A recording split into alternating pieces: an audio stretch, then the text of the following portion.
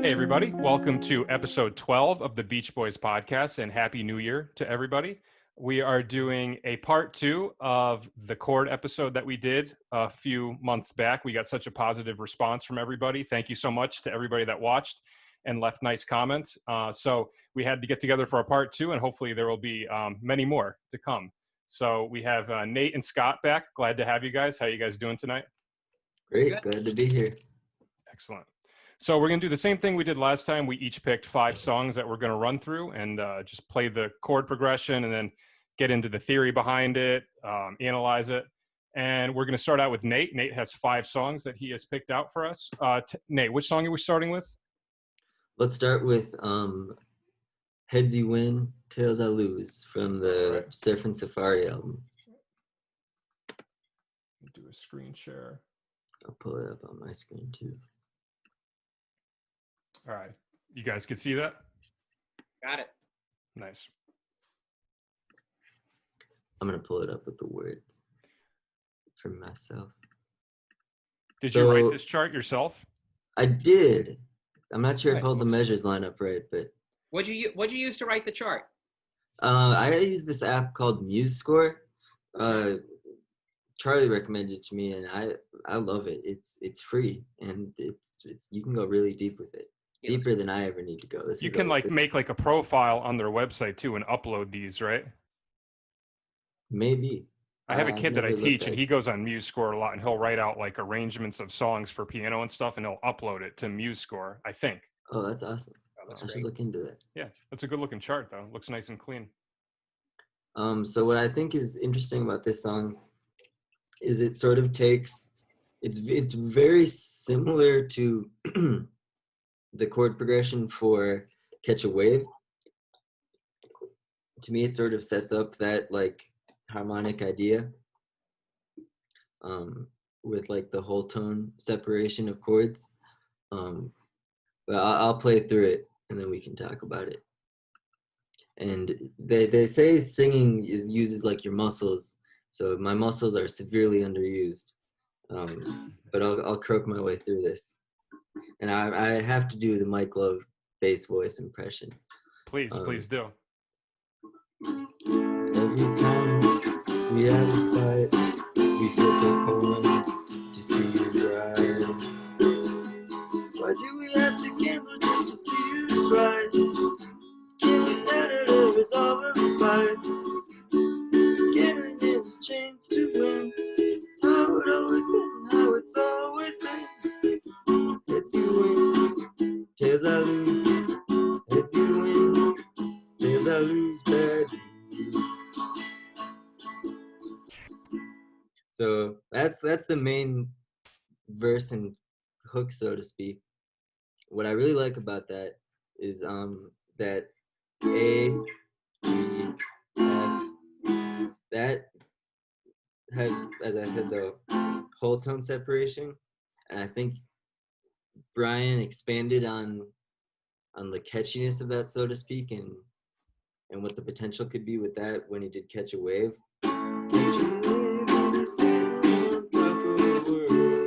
Same action, just different context.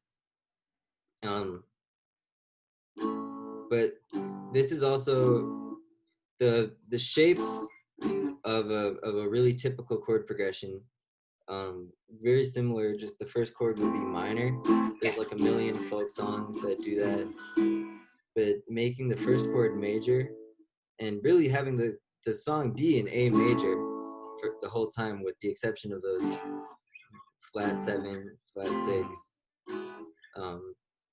definitely gives the song like an uneasy feel, which relates to the subject matter. I think it's really creative writing.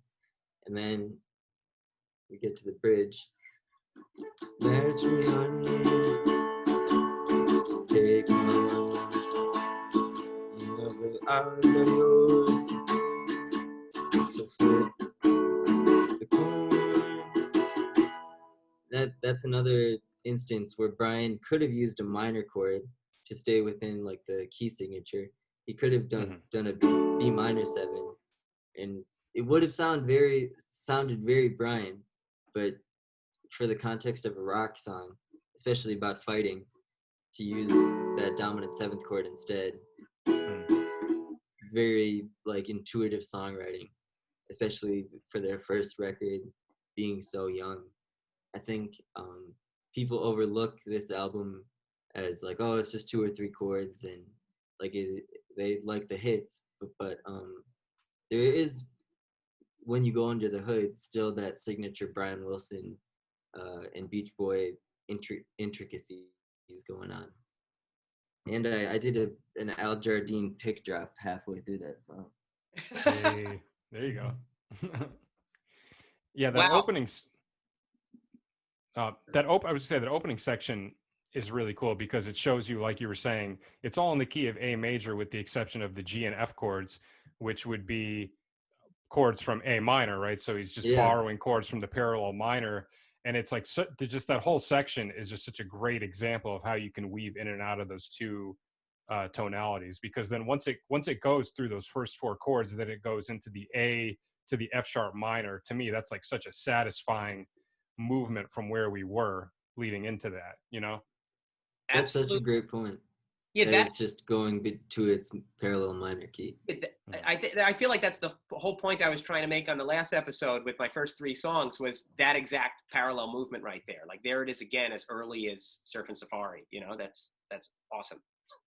It's wild too, That's because true. as I You're right. went through and wrote out some more of these, like I've noticed there's a lot of stuff we talked about in the previous video that I noticed popping up more and more. So like these videos are even just great Yeah. for absorbing all these little bits of information that a lot of times I wouldn't normally think of it, but when you write it out and you could see it visually right in front of you and discuss it, you start looking at it in a completely different way. Like the stuff that Scott, you brought up last time about Don't Hurt My Little Sister and California Girls, like all that stuff, like I had never thought of any of that before. And that was just like such a cool new way of kind of approaching a lot of those songs. I know, but I feel like it goes back to this one is exactly what I was talking about, where he's going down the whole step, and he's using it should be A minor, but it's A major, and it gives it a completely different out of left field sound. And this like completely exemplifies that movement. Awesome. Doesn't he do the same progression in The Lonely Sea? I wouldn't be surprised. Yeah, in C. Right. Right. That one's a little darker. It's interesting to hear how you can use that same progression, but make it sound so much darker in the case of The Lonely Sea, as opposed to this, which I would say is more of an upbeat, kind of poppy sort of way of utilizing that progression. The first chords also aren't very ambiguous of like a tonic or like a home chord. And there's a lot of places like he could have gone, but like you said, to go to the A F sharp pattern, it's almost comfort after the dizziness of the intro. That's so cool that this was on the first album. Yeah, it's a little gem.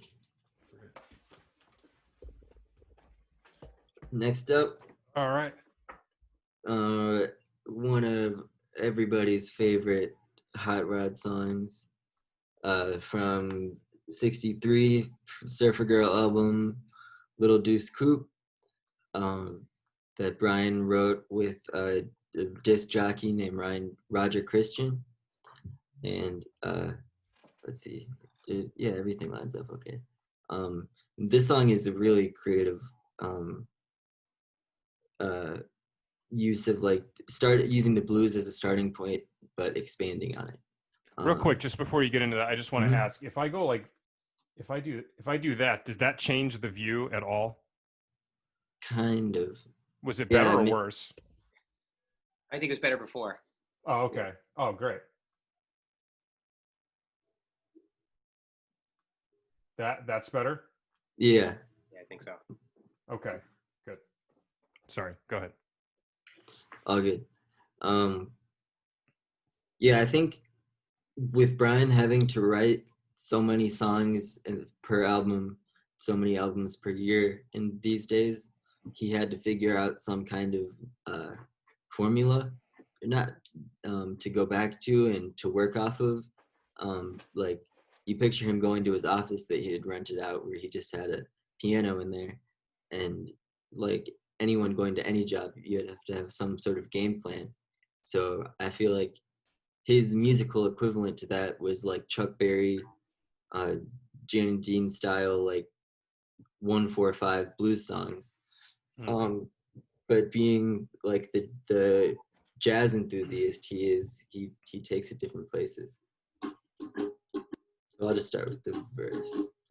Well, I'm not begging babes, but don't put me down. I've got the fastest way to do something. When something comes up to me, don't even try. Just if you have to say the wind is in an ocean.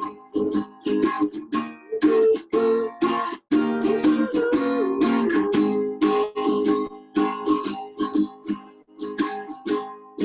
So the verse sets up those blues expectations, and you're just rocking and rolling. And then he does something very creative where instinctually you would go, in this case, like E flat, D flat, but instead of going to the D flat, he goes to a B flat minor chord, which is similar to going to the D flat chord, but it's just dressing it up a little nicer, and it's more sophisticated voicing. And in the context of a early rock and roll song, surf song at that, throwing in that minor six is very creative and very out of left field. And then with the bridge, remind me how that starts. I got a competition clutch. I got a competition clutch, and she purrs like a kitten, and if that ain't enough to make you flip your he goes somewhere, he does the opposite of what he does in the chorus. He goes to B flat major, dominant 7, and it's just really sophisticated ways of getting the listener like pumped up and engaged. In this song, it's almost similar to a car revving, and when you see the Beach Boys play it in concert, the chord progression is even more to effect, because like certain chords just make the audience lift up with excitement and bring people to their feet. Absolutely.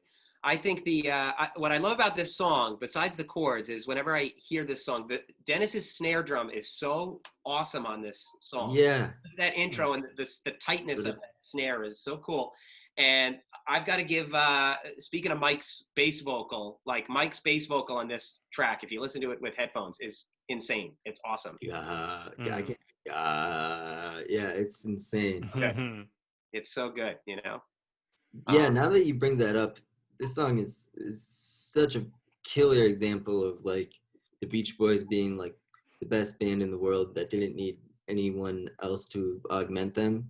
Like the harmonies are great, the lead is great, and then like you said, Dennis's drumming is super tight, and it has that Dennis Wilson shuffle feel that like only he could do, where it's like really forward and he's pushing the group along, but it also has that like laid back feel too at the same time. I love the way they introduced it in the early shows, where they break it down to first Dennis drumming and then Brian doing the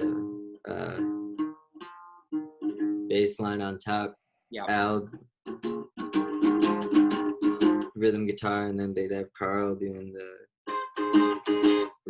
high parts, and just how the whole sound came together. It almost has a similar groove to Little Saint Nick. Definitely. The groove of it. That shuffle beat that you're talking about. I think Brian definitely had an affinity for shuffles. Yeah. In fact, I think that's why it's called Little Saint Nick. I think it's kind of a follow-up to Little Deuce Coupe. Really? Yeah. Oh, right. You're right. Nice. And they had done it. Coupe was a hit, and then Little Saint Nick. The chords on Little Saint Nick are great, though. They're really an upgrade from Little Deuce Coupe, you know? Yeah. And one more thing too about the chords on this is when it does that E flat to B flat minor, that's another thing we actually talked about in the previous episode, the reverse 2-5, which he does in Don't Talk, Put Your Head on My Shoulder, right? Same thing, but a whole step lower. He does D flat 7 to A flat minor. Oh, wow. Same thing with this. That's a really cool, and like you said, it is like the perfect substitute to the D flat major chord, because just changing that root note to B flat makes it so much more colorful and adds almost like a little tiny bit of darkness, I would say, to the movement, rather than the D flat, which would be, I would say, much more upbeat, happy sounding. Totally. That's so cool to make a connection from Little Deuce Coupe to Don't Talk. Yeah, that's why That's we why I gotta love this. that's why we gotta keep doing these. We gotta eventually it's just all gonna come back to the same thing. You know, it's all gonna come full circle. It'll all be heads you win, tails I lose. I also love the speaking of the arrangement, the piano during the bridge is really, really cool. I don't know if this is their first instance of doing that. Yeah. And I don't know if it's Brian or not. I think it is, but it's like It is. eighth notes. It's so cool. Yeah. I try to play that on piano all the time, and it's a real exercise. Fast, right? It's like Yeah. Almost like kind of Duduran influence. oh yeah, exactly. That's like it. that real fast changing hands. I saw this video of Brian. It was, I think, in the 90s when he was just doing his solo act, but he would play some Beach Boys songs. But the band, I think it was just like him on piano and singing, and then I think a bass player and a drummer. And he did a version of Good Vibrations. And in the chorus on the piano part, he does that in his right hand. He does like this. Yeah. And he's like doing that and singing at the same time and doing like this in the left hand. And I'm just like, how is he doing all of that? That's so crazy. Yeah, right. That's He great. makes such a unique sound when he plays piano. It's like technically imperfect. It would have enraged my college piano teacher, but you hear it, that pounding, and you're like, oh, that's Brian right away. Mm-hmm. And I love on Little Deuce Coupe how the piano playing and the guitars like blend together, especially with like the track being recorded in mono. Even if you're listening to a stereo version, it's the vocals being panned out and it's over a mono track. Right. It just creates such a tight sound, the Fender guitars and the upright piano. It's interesting that he could have used a grand piano because he had access to whatever instruments he wanted, but the upright and the guitars made a certain sound when they played together. So almost everything on the Surfer Girl album has upright piano playing. Interesting. Brian playing the upright, and usually Al taking over on bass by this point, and Carl and David Marks playing on guitar. So this was the only album, Surfer Girl and some of Little Deuce Coupe, where they were functioning as a 6-piece in the studio before Bruce. So it was Brian, Carl, Dennis, Mike, Al, David. Right. That's awesome. All right, ready for the next one? Yep. All right. Next, we're going forward a year to the All Summer Long album. What makes this album really special is this was when Beatlemania was in full swing. And I think Brian, probably more than ever, and at the most in his career, felt really competitive to take the Beatles on in a commercial sense, whereas Pet Sounds would have been in a artistic sense. This was like his statement against Beatlemania and saying that the Beach Boys still could be like the number one group in the country and still hold their own. And I think all the songs, all the surfing songs at least, have like this really projected, like, I think arrogance might be a bit too far, but I think it's like a confidence. And I think that definitely comes from the Brian and Mike partnership. Mike's name isn't on here because this must have been made to not reflect the lawsuit where he got credit for the songs.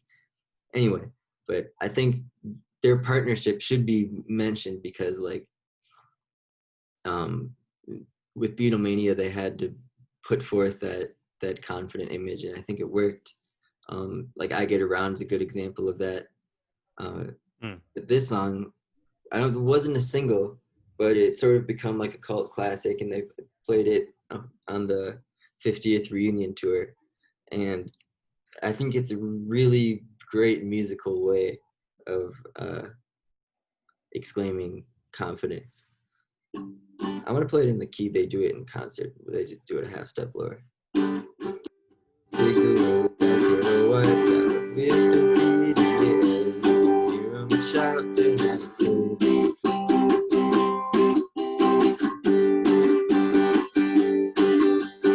get their teeth, they don't back down. Gotta be a little more. Show 'em now who's got guts.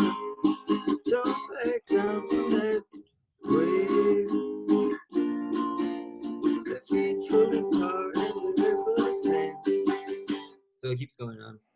Wow. It's That's a cool. very similar progression in the verse and the chorus, but the way that he moves around between the two is what makes the song really unique.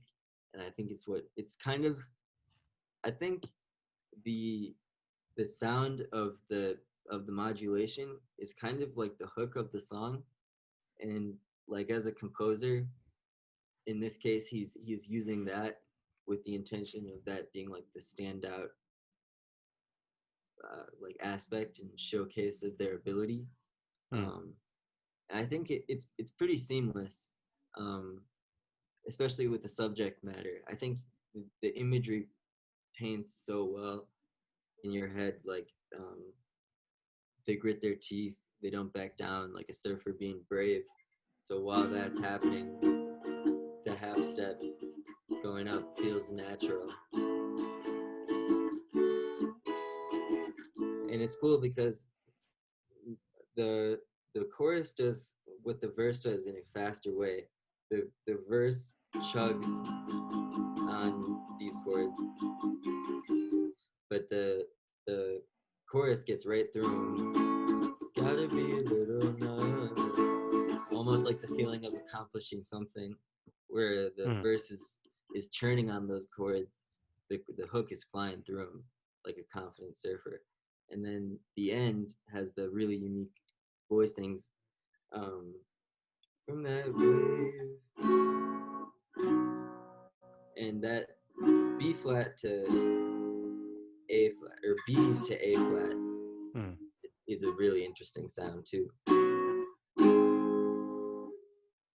So yeah, it's masterful how they do that key change down.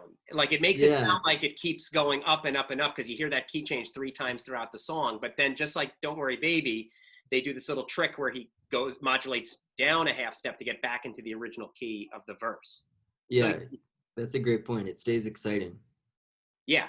So the key change happens over and over again, but they're not continually going up higher. They're really just doing a turnaround that brings them back in. And that turnaround is awesome. The D to the A with the C sharp and the bass, and then a B back into the A flat.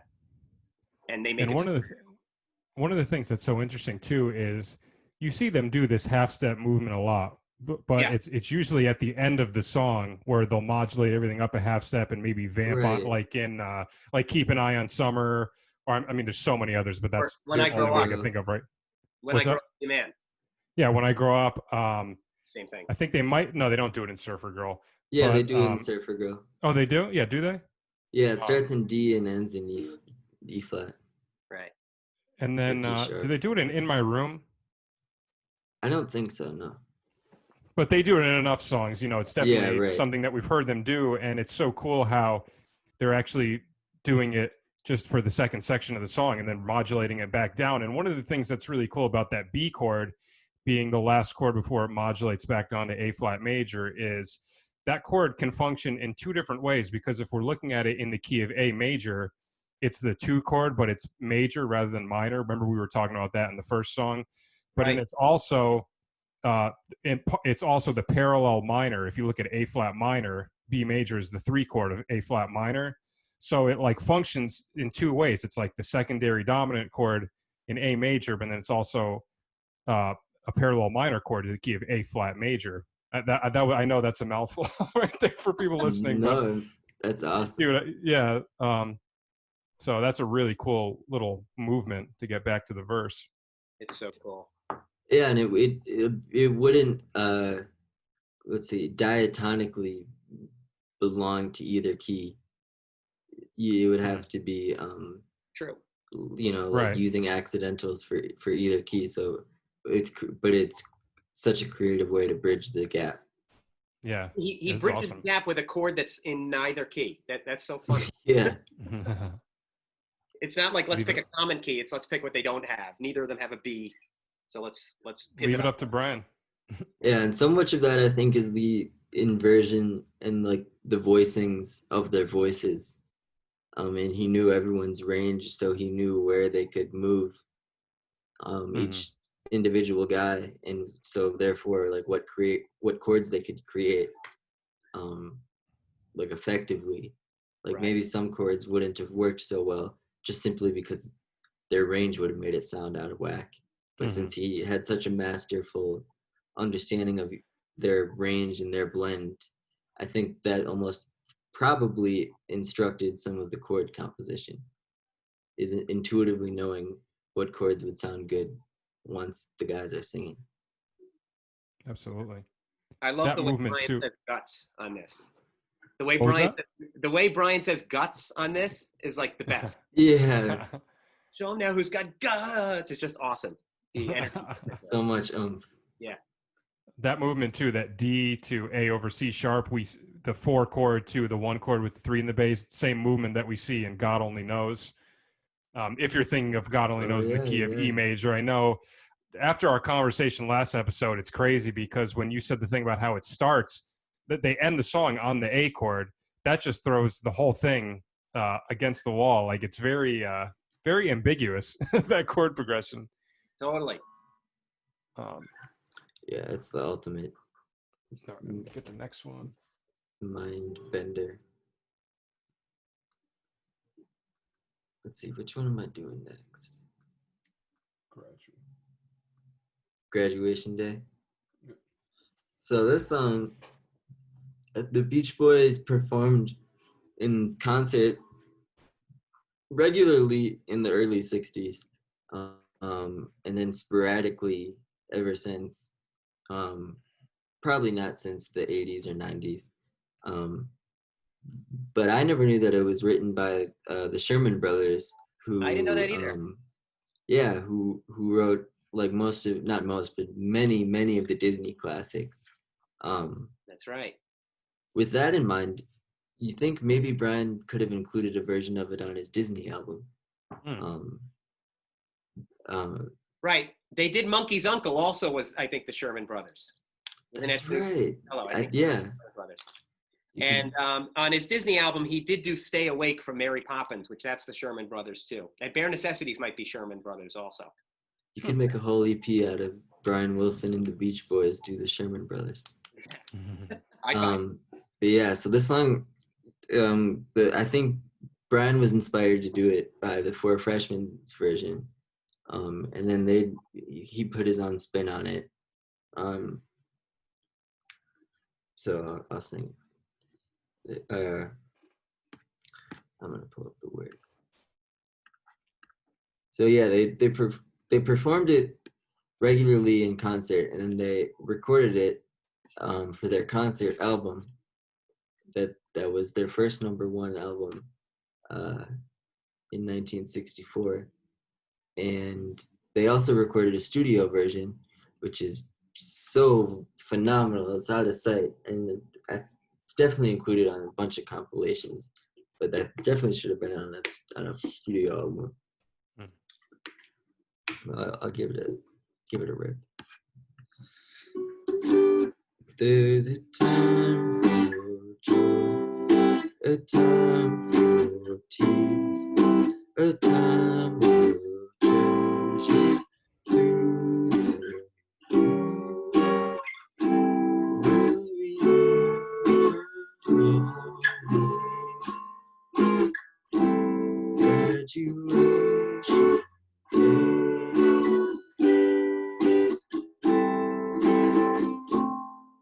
at the senior prom, we dance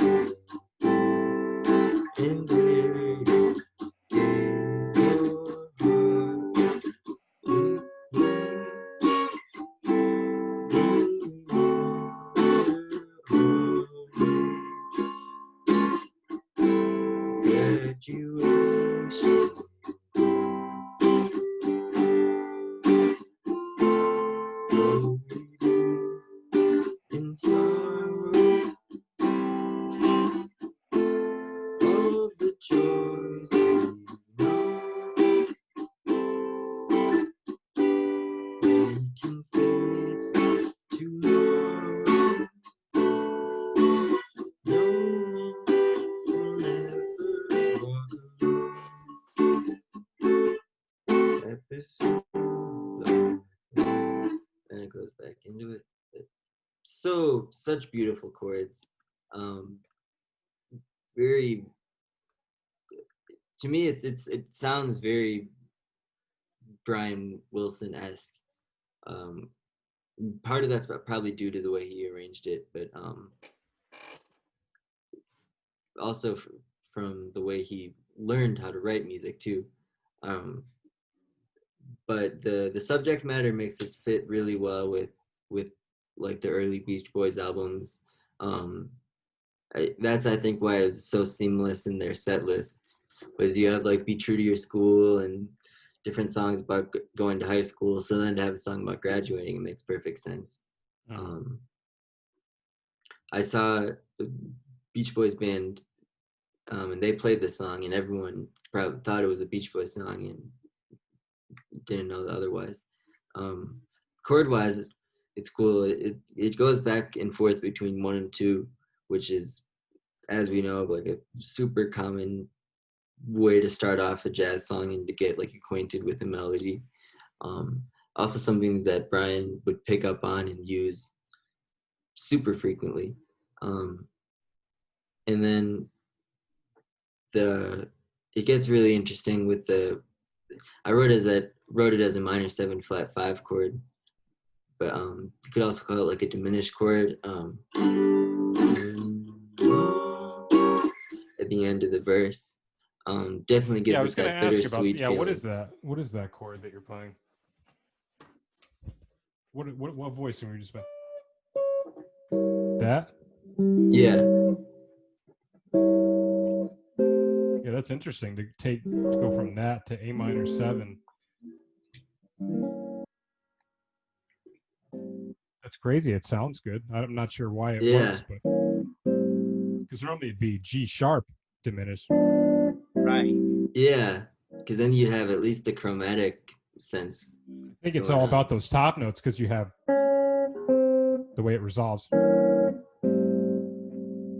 Yeah, and going cool. like the third of the B flat, or the third of the G minor is a B flat. Oh, you know what? And then I think I know why it works, actually, because sometimes, like let's say you're in the key of G major, sometimes what people will do to go to the 2 chord is they'll do a diminished chord a half step above, so like B flat diminished, so you go like, but technically G diminished and B flat diminished are actually the same chord. The only thing that's different is the root note, right? Because it's symmetrical. So I've never thought of that movement before, but that's really cool. That's awesome. Like just because it's Christmas time, like an example of a song that would start on the 1 and go to the flat 3 diminished would be like right the first chord of the 1 major and then E flat diminished, right? But that's very cool to do it with just keeping the G in the bass rather than going to B flat. Right. I wonder, did Brian modify any of the chords or the voicings or anything when he adapted it? I don't know the Yeah, he very well could have. The versions that I've heard before their version are way more barbershop quartet kind of feel. I hate to say like cheesy voicings. Yeah. But Brian's arrangement made it way more like, I guess, like pop rock context. I have a feeling 64, their version would have been done, or I think they could have recorded this at the end of 63 or 64. But yeah, relatively very early on. And it was definitely in conjunction with like Their Hearts Were Full of Spring, like a showcase number of like how great they could harmonize and go off that 4 freshman sound. Where I think the bridge is really cool. Because it starts off in C.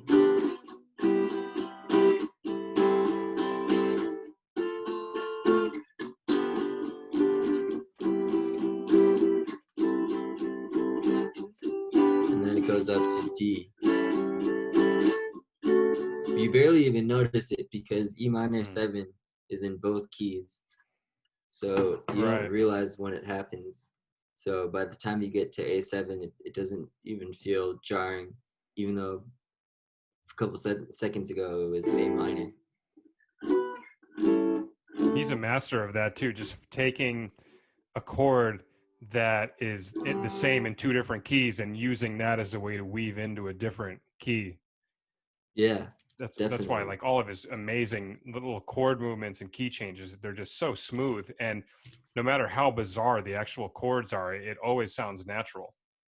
Yeah, and that slash chord, putting the A under the E minor 7, that's such a Brian sound. Oh yeah, I have that in a couple of mine. Yeah, the 2 minor, and then you just keep the chord, but you just change the bass note to the 5. Yeah, it's like informative. I love it. I mean, you hear so much of that. I feel like a lot of that just comes from like when you hear Brian just belting out chord progressions on the piano, because you just keep the same chord in your right hand and just change the left hand to the 5. Definitely. Know? And it just sounds great. Awesome. And I love Dennis singing the last note on the concert version. Yeah. Yells it out from the drums. It's great. Iconic moment. Yep. What it does here at the very end of this song too, this D major 7 to D dominant to set up the G major at the beginning, it does that same thing at the end of the bridge of Keep an Eye on Summer, the part where, because Keep an Eye on Summer is actually one of my songs, so we'll get into the actual specifics, but the bridge, wait, what am I doing? Oh.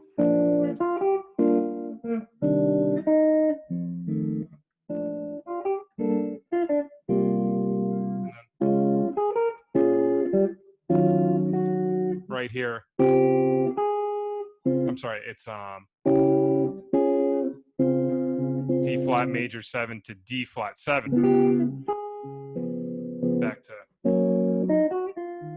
so smooth. So it's like what it's doing there, it's doing the same thing it's doing in this song, just in a different key, because Keep an Eye on Summer is in the key of G flat, and at the end of the bridge it's D flat major 7 to D flat 7. Just move that 7 down a half step, and now all of a sudden it's the 5 chord of the original home key.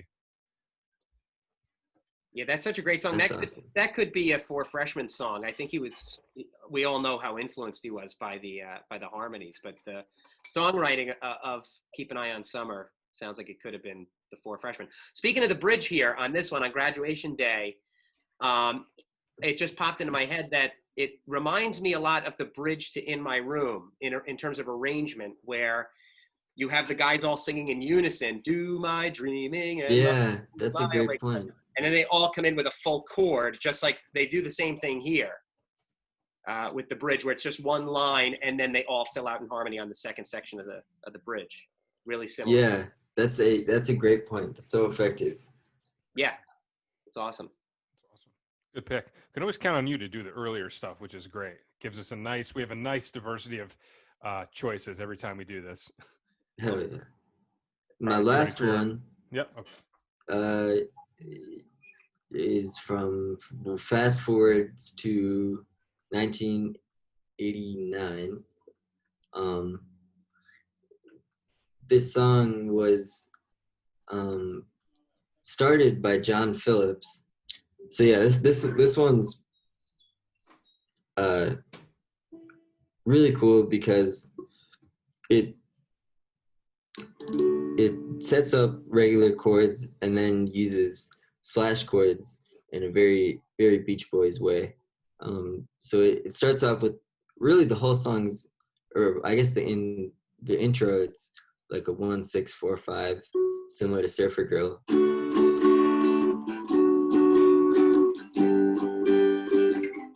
But the interesting thing is staying on the A chord, but having the bass go.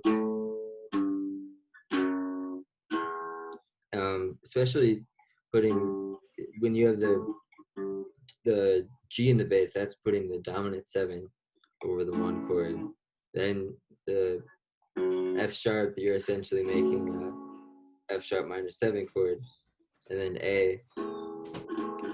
it's a functional way to get to D minor or to D major, I think, because you have the C sharp from the A chord wanting to go to D chromatically, and then you have the E in the bass wanting to go somewhere, going down to D in the verse. So the verse is cool because it late last night I got an SOS. This third chord, it's essentially just going back to the one again, but putting the F sharp in the bass sort of makes it a new chord, and they really emphasize it in the harmonies. So it's a cool way to lead to G. She says, I don't know where I am, but it's near Japan.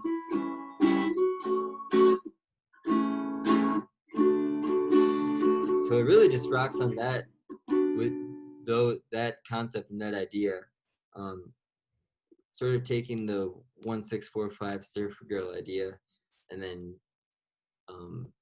making it darker with those slash chords. I think it's really cool, and it's very, very Brian-esque. I have a feeling this was a Bruce idea, since Bruce always talks about having learned so much harmonically from Brian. Are those slash chords going down? Because it just propels you into the next part of the song so elegantly. And the verse, I mean when I look at the bridge, it's really the same chords as not really actually. So, now she's drifting on some tiny train.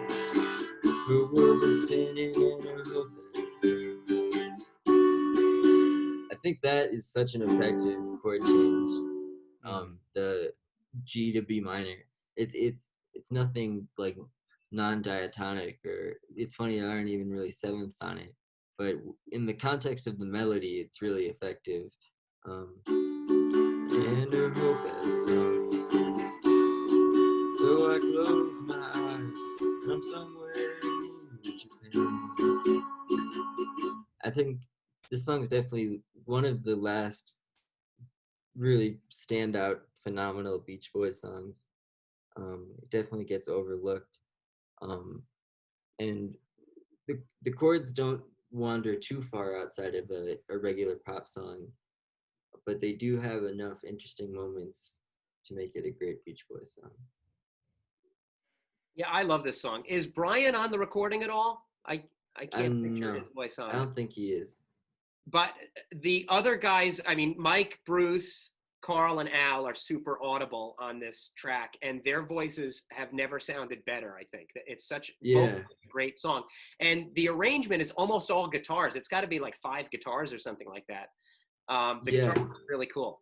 It's cool. One sec. Because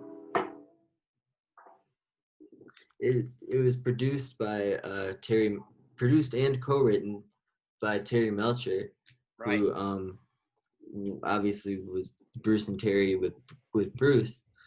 It's kind of one of the last Bruce and Terry collaborations, but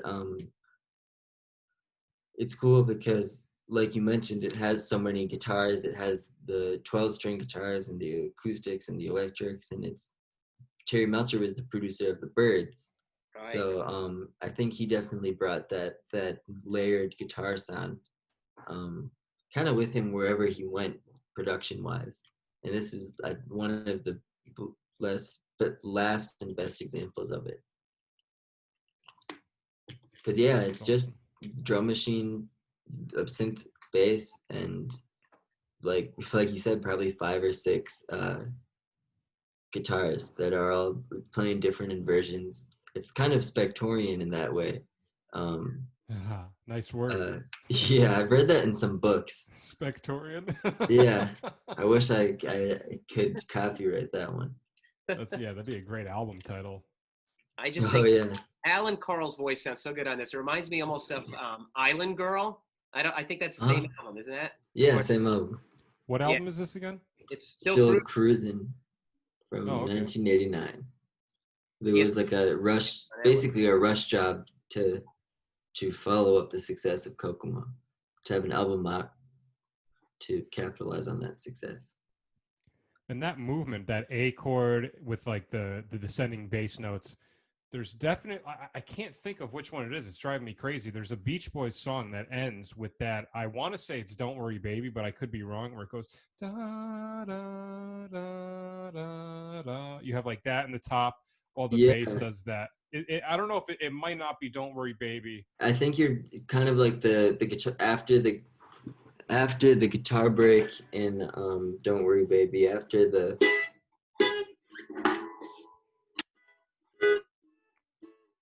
that part they do the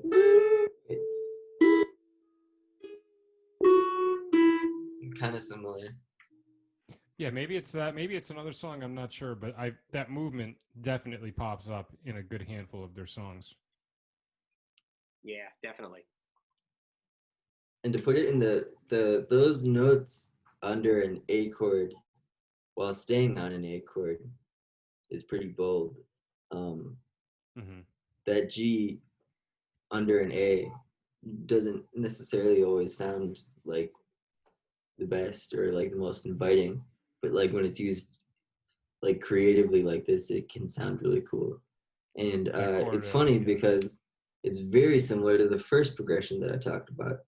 Oh, right. Similar movement, not the same, because the first one had an F natural instead of an F sharp.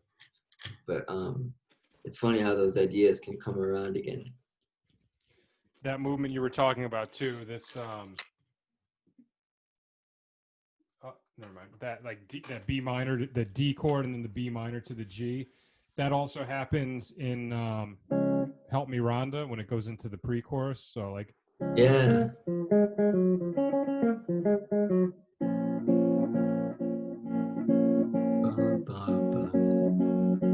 And then it changes after that, but that same movement to the parallel minor, and then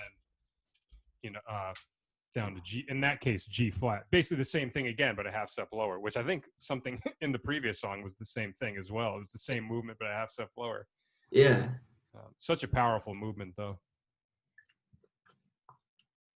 And it's cool how Brian could set up a certain, I hate to say formula because I don't really think it's a formula, but like a certain like ground rules or like certain like workspace to create, and then the other guys like kind of followed his lead, but then like blossomed as their own songwriters. Absolutely.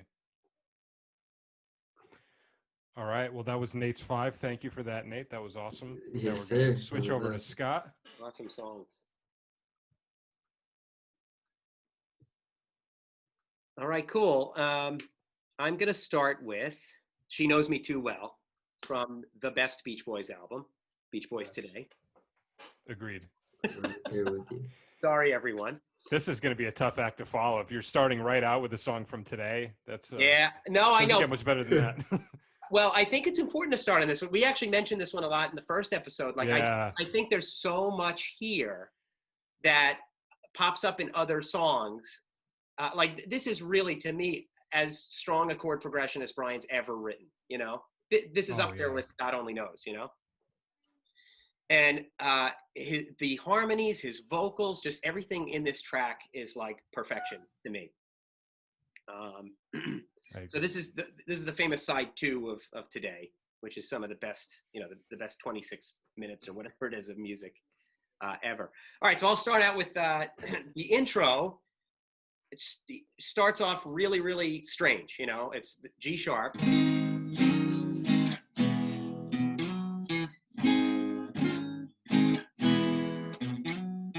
So right there, he's setting you up for some ambiguity. You don't know where you are. You don't know what key you're in. There's no grounding.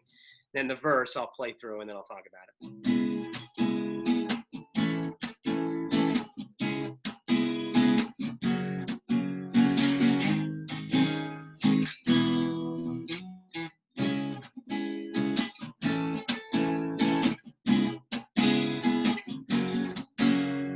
So that's the verse.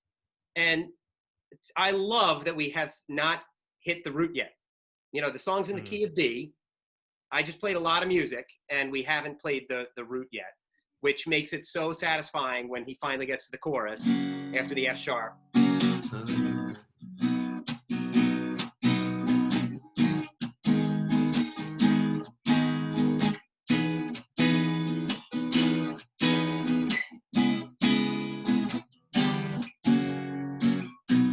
So anyway. That E major 7 is so nice. So cool. Yeah. That E major 7? Yeah. Yeah, the harmonies on that chorus are also awesome. Yeah,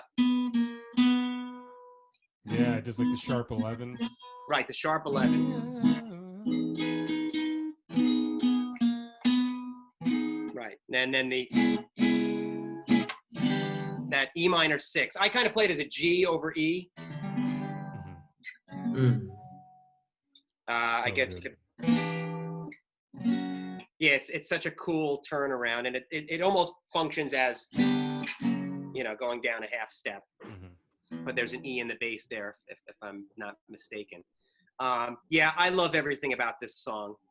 It's just so great. The harmonies are so tight, and if you look at, I mean, you've got the ambiguous nature of the key. The verse is basically, let me think of what that would be. I guess it's the minor 2 to the 4, right? Minor 2 to the 5. Oh, no, it's not. It's the minor 2. Oh. A is not even in the key, right? So it's C sharp minor 7 is the minor 2 of B natural, and then it goes to an A, which I don't even know what that would be. Those Like first two chords to me always flat just kind of give 7. off like a C sharp minor sort of sound. Like to I me, guess I they always both have. think, Yeah. I think of like the first two chords as like C sharp minor, and then the chords 3 and 4, it's C sharp minor, but it's treating it as like a 2-5-1, but it doesn't resolve to the 1. It goes back to that G sharp. That's a good way to think of it. Yeah, exactly. So right, the A is basically a C sharp minor, but with an A in the bass. You're just really changing the bass note. The vocal melody over that A chord too. It's also, he does the sharp 11, just like in the E chord and the chorus. That right there. Oh. Yeah. And then that vocal melody over when it gets to F sharp minor. That's so crazy, so jumpy. It's like an octave jump. Such a badass vocal melody. So good, and it's so hard to sing this one. When I was in high school and I had my digital recorder, my VS880, this is one of the first songs I tried to recreate. And I tried to do all the vocals and sing the lead to it with my friend Sean. We did everything ourselves, and it never saw the light of day. I never showed it to another single soul, because me trying to sing this song, it was like insanely, you know, hard to do. And Brian just knocks it out, you know, in a few takes. No one else could sing this the way. So much crazy vocal stuff going on in this song. This is like one of those songs when you listen to the a cappella version of it, it's like insane how much crazy stuff is going on. Which is evidence of why they really needed Al in the group, I think. You know, Al sings a lot of really complicated harmonies that just are not present on the albums that he's not part of, you know? So he really does a great job on this. But what else can I say about these chords? You know, so the verse is basically like a 2-5-1 that never gets to the 1. It repeats that cool intro riff, and then it goes back. And then when you finally get into the B, the chorus, that right there is kind of like the natural doo-wop thing. And then you go to the 4.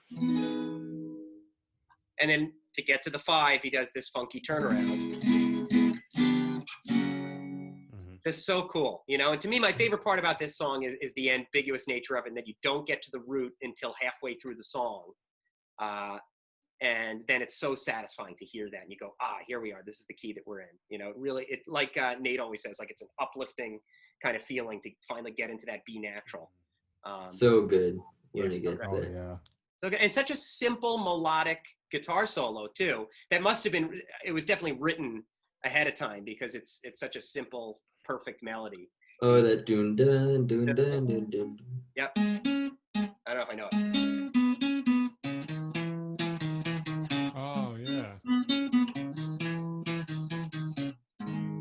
Oh yeah, you got it. Note for note. That was awesome. Yeah, that was it. Well, it's a pretty simple melody. It's all just it's part of a C sharp minor 7 arpeggio. It's just.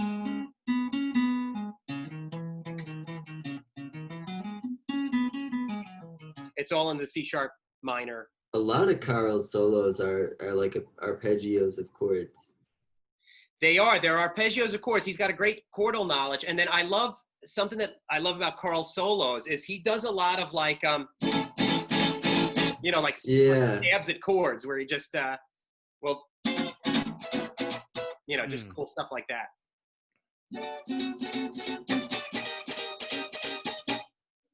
Yeah, totally. Really rhythmically interesting stuff. Yeah, he was really a great guitar player. All right, I can picture that sound against the Ricky strings. That Rick. All right, so now I'm going to do bring it up, Mike, so I can remember what it is. There we go, Darlin'. From the Wild Honey album.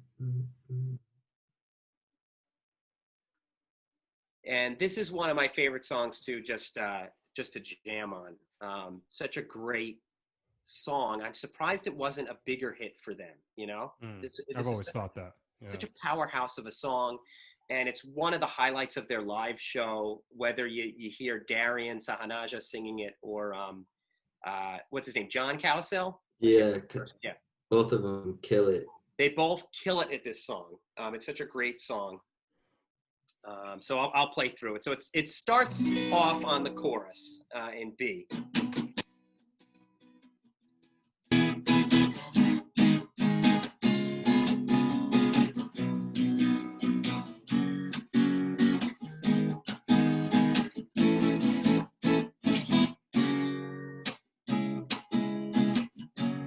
Darling, I'll find a way to let you know what you meant to me. Yes, it was meant to be. I hold you in my heart as life's most precious part. Oh, darling.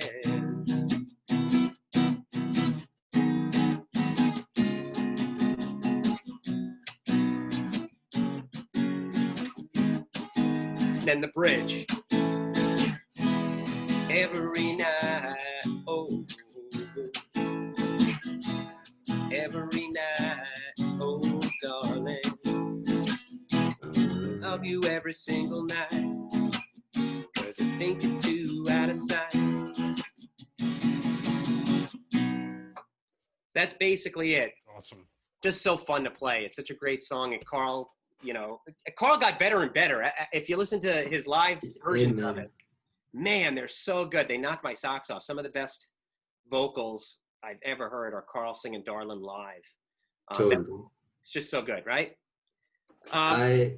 This is one of my favorite jam songs too, no doubt. Every time I sit at a guitar or a piano, I gotta play Darlin'. Me too, and I'll play it in all different keys because it's just so fun to play. I'll play it in G or something or A, I'll take it down a couple whole steps just so I can belt it out. It's just so fun. So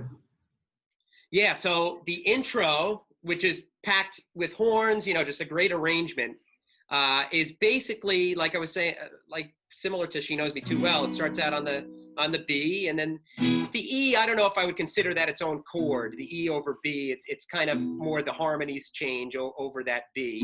Then it goes down to the minor 6. Then the interesting part is going to that 2, major. And then to the B over F sharp, F sharp.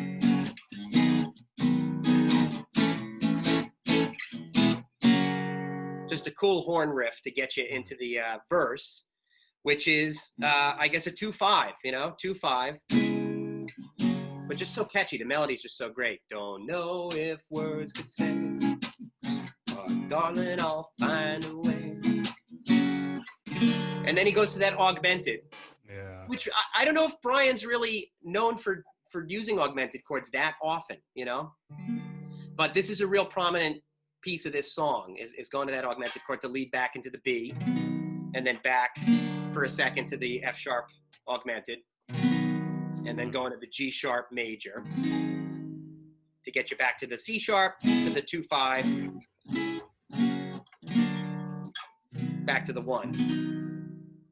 And then the bridge is pretty basic. It's really a 4-5, but instead of going to the 1, it goes to the A, which makes you feel like you're in A for a second.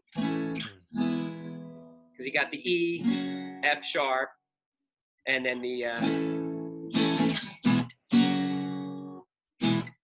E to the F sharp to get you back into the key of B. So no real key changes, but kind of false key changes thrown in there to make you feel like you're moving around keys. It's just a cool bridge that mixes it up a little bit. And I've always loved this one. Yeah, it's refreshing to get that A major chord in there. For the it's an interesting change to go to that A major, you know? That F sharp to F sharp augmented, like you were saying, I don't think he does that very often, but one other instance where he does do it is in The Warmth of the Sun or the... Yes.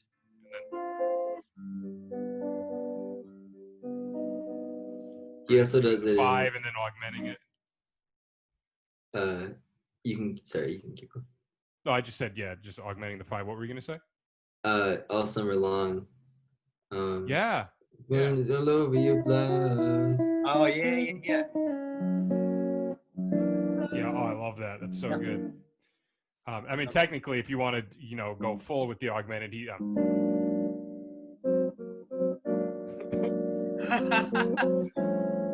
that's nice. Like Brian's full augmented breakdown song. Yeah. Awesome. And then also the first 2 chords, that's like, if just those 2 chords, that's the chorus to Slip On Through.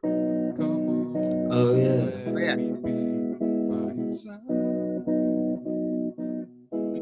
That changes after that, but the 1 chord and then the 4, but you keep the root note of the key of the song in the bass. That's a great parallel. That is a great parallel. That's a great song too. That's one that I love. Yeah. So cool. Yeah. Great choice. Yep. Yeah, that's all I got on that one, I think.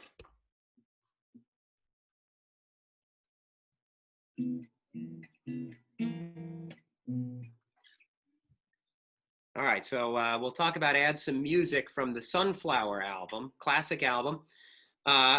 Again, I say this every single time, but I love any song where you have more than one lead voice on it. And Add Some Music, I think, pretty much has everybody. I don't know if Dennis sings a line or not, but all the other guys have a pretty prominent line on it.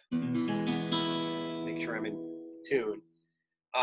So it starts out just vamping on an E, and the verse and the chorus are the same chord progression, pretty standard. The Sunday morning gospel goes good with the soul. There's blues, folk, and country, and rock like a rolling stone. Then here's where it gets interesting. Instead of going to the 5 or something. Everybody under the sun would add some music to your day. So that's the verse and the chorus. Really interesting choice. The guitar. Oh, thanks.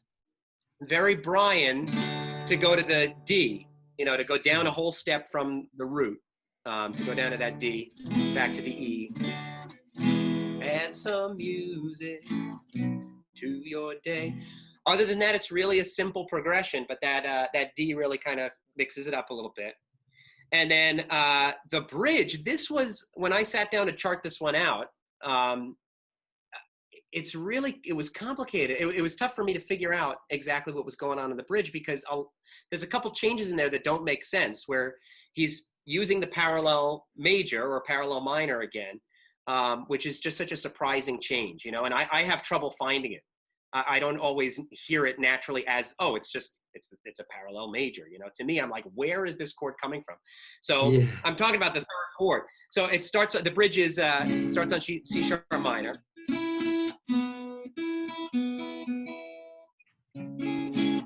Music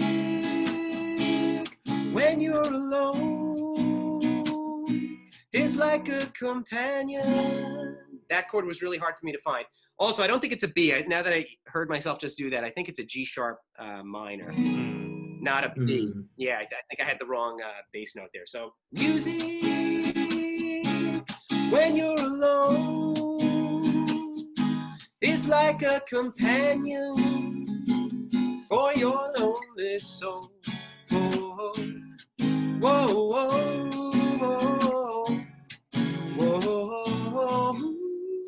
So just that first half of the bridge, that was, I mean, they're kind of floating around the same chords, but you see you've got C sharp minor, and then a couple measures later, it's a C sharp major.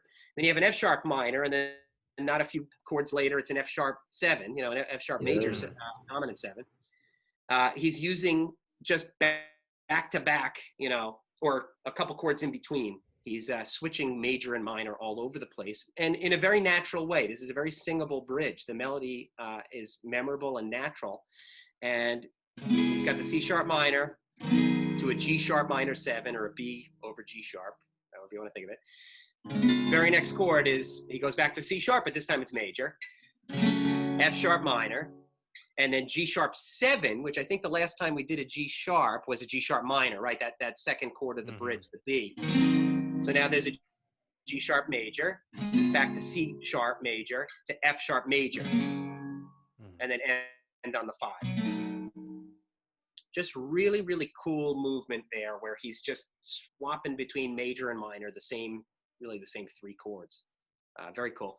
And then my favorite part is the second half of the bridge. When day is over, I close my tired eyes. Music is in my soul. And I'm moving. So similar movement there. I love that, the E major 7 to the A major 7. Very jazzy. Do, do, do, do, do, do, do. Music, and then that music is in my soul is a lot like that beginning part of the bridge, which I guess is why when I was charting it out, I wrote it as a B there, because it is a B this time on music is in my soul. Just it's very cool cool how he had the turnaround. 7th on the second time. Yeah, exactly. Exactly. I love when it goes to that E major 7 section. That transition Blissful. into that section is so satisfying to the ear. Yeah, and just the emotion in the vocals, just the when day is over, I close my tired eyes, you know, and he sounds tired when he's singing it. And then you've got the mute. Now, Nate, maybe you would know, because I've heard different people say different things. Who sings Music is in My Soul? Is that Brian? I think it's... Or is it multiple? It might be multiple. I think it's a combination of like Carl, and to me it sounds like Carl and Al. Yeah, I hear some Al in there too, but it doesn't sound that jarring right after Brian's vocal that it couldn't maybe even be Brian. You know, like it's that has always been really mystifying to me, is like who's singing that one line. Yeah, for a while I wish it were. I always thought that Al's lines were Brian. And it took me a while to be able to discern Al and Brian's part. I think they used Al being able. I think we may have talked about this with Brandon the other day, but they used Al's ability to replicate Brian's voice to a huge extent in the Sunflower Surf's Up era, because Brian's signature falsetto voice was starting to weaken at this point. Right. So I think most of these songs, if it's that Beach Boy falsetto sound, it's probably Al doubling Brian or Bruce doubling Brian. Yeah, I think you're right. I think Al is like I think I said this last time. Like, I'm such a huge Al fan. He's their secret sauce. He's their secret weapon, where he's like a Swiss Army knife, you know, of vocalists. And he does sneakily sing those Brian-esque parts. You know, he's got a great strong falsetto, especially in the '60s. If you listen to him sing "Runaway" live, you know, in Chicago. Oh, fantastic! It's fantastic. It could easily be Brian at the height of his powers. You know, they've got a really similar timbre in their falsetto, and it's amazing that that Jardine is not a Wilson, and yet he is one of the only people on the planet that can really recreate that tone, that sound that we love. That's what attracted me to the Beach Boys in the first place, was Brian's falsetto. I was like, what is that sound? It's just so, that's what tied all the harmony stack together, was this really strong falsetto voice that you never hear anywhere else, and to know that his football buddy also had that voice, like what are the odds? Yeah, what are the odds? It's insane, So anyway, so I love this song so much. Add some music. This is one of my all-time favorites.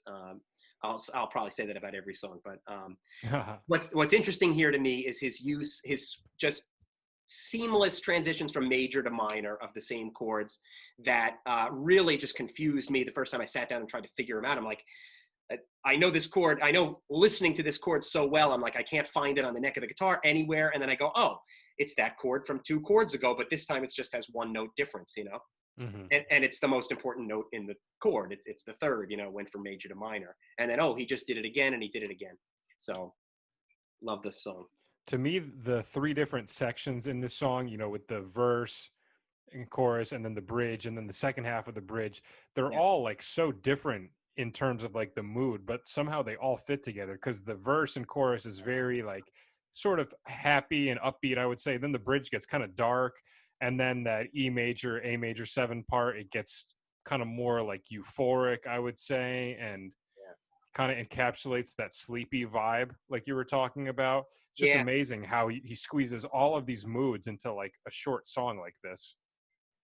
Right, which really goes back to what Nate said in the first episode, which was he writes from his emotions, It's really the mood coming through, and it's like line by line. If he changes the mood, the chords change naturally, Just Totally. cool progression, yeah. And he lets every member of the guys shine, He gives them all their moment. Where Al's singing about ice cream carts and Bruce is singing about wedding days and stuff like that. The vocal part that he picks for them just are perfect, for their voice. And I wish they would have done more of that. With 5 incredible singers, why wouldn't you do something like this more often, where you kind of bounce around the lead vocal, That's true. I just love it. And it was one of the highlights of the 50th anniversary tour. They opened the second set surrounding Brian's piano, and they sang kind of a sparse arrangement with Jeff Foskett of this song. That was one of the highlights of the tour, was just hearing a pared down version where they all sang their original parts on Add Some Music with Jeff Foskett. Yeah, that was awesome. Yeah, I've seen Brian 3 times, not with, on his solo tours, never with the Beach Boys, but every time he's played this song, this is always a fan favorite in the set list whenever I go to see him. Absolutely. Yeah, it's a great song. Just a beautiful song and a beautiful message. Was this song ever actually a hit? No. It was a single. I wouldn't call it a hit, though. I don't know what it charted at, but it never charted in the hundreds. This, I don't think this should have been this. It's a great opener to the album. Oh no, this doesn't open the album. Slip on Through. Right. Yeah.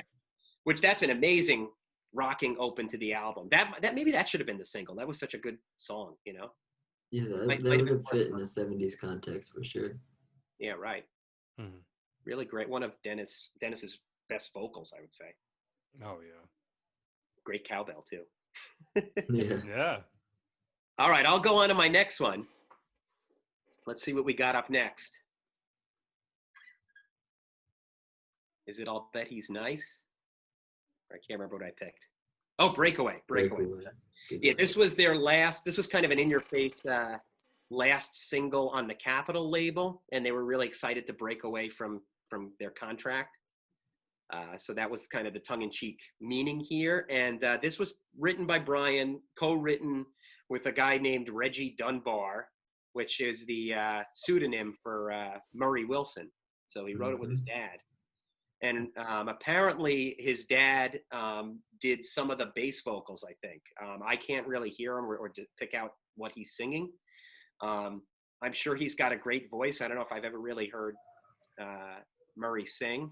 Audrey, their mom, has a gorgeous voice. If you listen to those old demos, she really had a great voice. So I'm sure Murray could sing, because they gave birth to 3 of the greatest singers of all history. Yeah. But I don't know what he's singing on this, but in interviews, they say how excited Murray got to write this with his son, because he was a songwriter and really wanted to be a successful songwriter, you know, and I think he was always kind of jealous of Brian's abilities. So this is one of the first songs that I learned how to play on the piano. This is what usually my go-to instrument is the guitar, but this one I remember I kind of picked out on the piano. It's just got great chords and a lot of signature Brian moves. You know? So I'll play the verse and then we'll kind of pick apart what's interesting about it. It starts with the chorus, but in the recording. But I'm going to start with the verse and then we'll do the chorus. So. Time will not wait for me. Time is my destiny. Why change the part of me that has to be free? The love that passed me by, I found no reason why. And now each day is filled with the love, that very same love that passed me by. And that is why I can break away from this lonely life. I can do what I want to do. Oh, I lost it on there. Sorry. Here's the chorus again, and I'll sing it in lower key. And I can break away from this lonely life where no shackles ever hold me down. I'm gonna make a way for each happy day as my world turns around. And then it goes back into the verse from there. When you sang that falsetto chorus, you sounded like Al does on the recording. Not hitting every note, but yeah, this is another great Al moment where I assumed it was Brian when I first heard it. Me too. Sounds a lot. It's very Brianish, and I think it's Brian on the verses. Yep. Time will not wait for me. So it starts out with what sounds like a 2/5, I guess, in F, but the song's actually in the key of C. Then you got the A7 to D minor. And then here's one of those parallel major switches. Now he does the G to C and walks down to B flat. So I don't know I don't know if you could tell just by that snippet what key we're really in, you know? Maybe F. I mean, this kind of has chords that might make you think that you're in F. It's so cool to see that G minor and G, and then that A7 and B flat next to each other like that. Right on. Yeah, exactly. Right. You've got a G minor 7, and then the very next line, it's a G to a C, and instead of A, they play the B flat, you know? Because even that B flat is similar to a D minor too, so it's sort of like he's taking the same idea of the first line and then playing with it a little bit. Yeah, that's a great point. It is, yeah, changing the minor to a major, which now makes it sound like the 5. But then he goes, that B flat is such a surprising chord. That B flat to me, that's to me the chord that makes you where you could tell that it's in the key of C major, because when I hear that chord, I'm expecting it to go from B flat to G like it does in That's Why God Made the Radio right before the chorus. Yep. But then it doesn't. It goes to G minor. Right. It does later though. It just delays it. It does go to the G after the at the end of the verse or the pre-chorus, whatever you would call that. Right. If you look down to the B flat major 7. Yeah. Yeah, where you've got that G minor, you know, where he's basically playing as if you're in B flat for a little while at the end of the verse. That very same love that passed me by. And then he gets to the G, like you said. Why I can't break away from this lonely life. I can do what I want to do.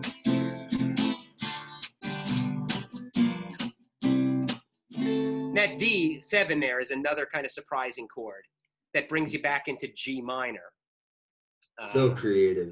So creative. And the vocal movement at the beginning, the intro.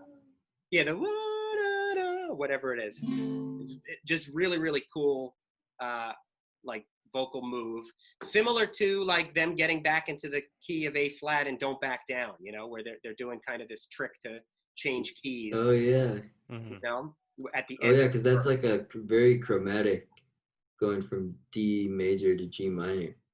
Yes, You've exactly. got the A going up Mm. and the F sharp going up Exactly. and the D going up. It's a whole chromatic, yeah, because it's like a D, yeah. That chorus too, if you just take out that D minor 7 chord and just play C for 2 bars and then play the next 2 chords, I think that's the verse, the opening part of the verse to Kokomo. Oh, it is. You got it. Yeah, I've always loved that G minor 7 as the acting. Oh yeah. It's almost like a 9 chord that goes into the 4. You know, it's super effective. Someone should do Kokomo because that's a very cool progression.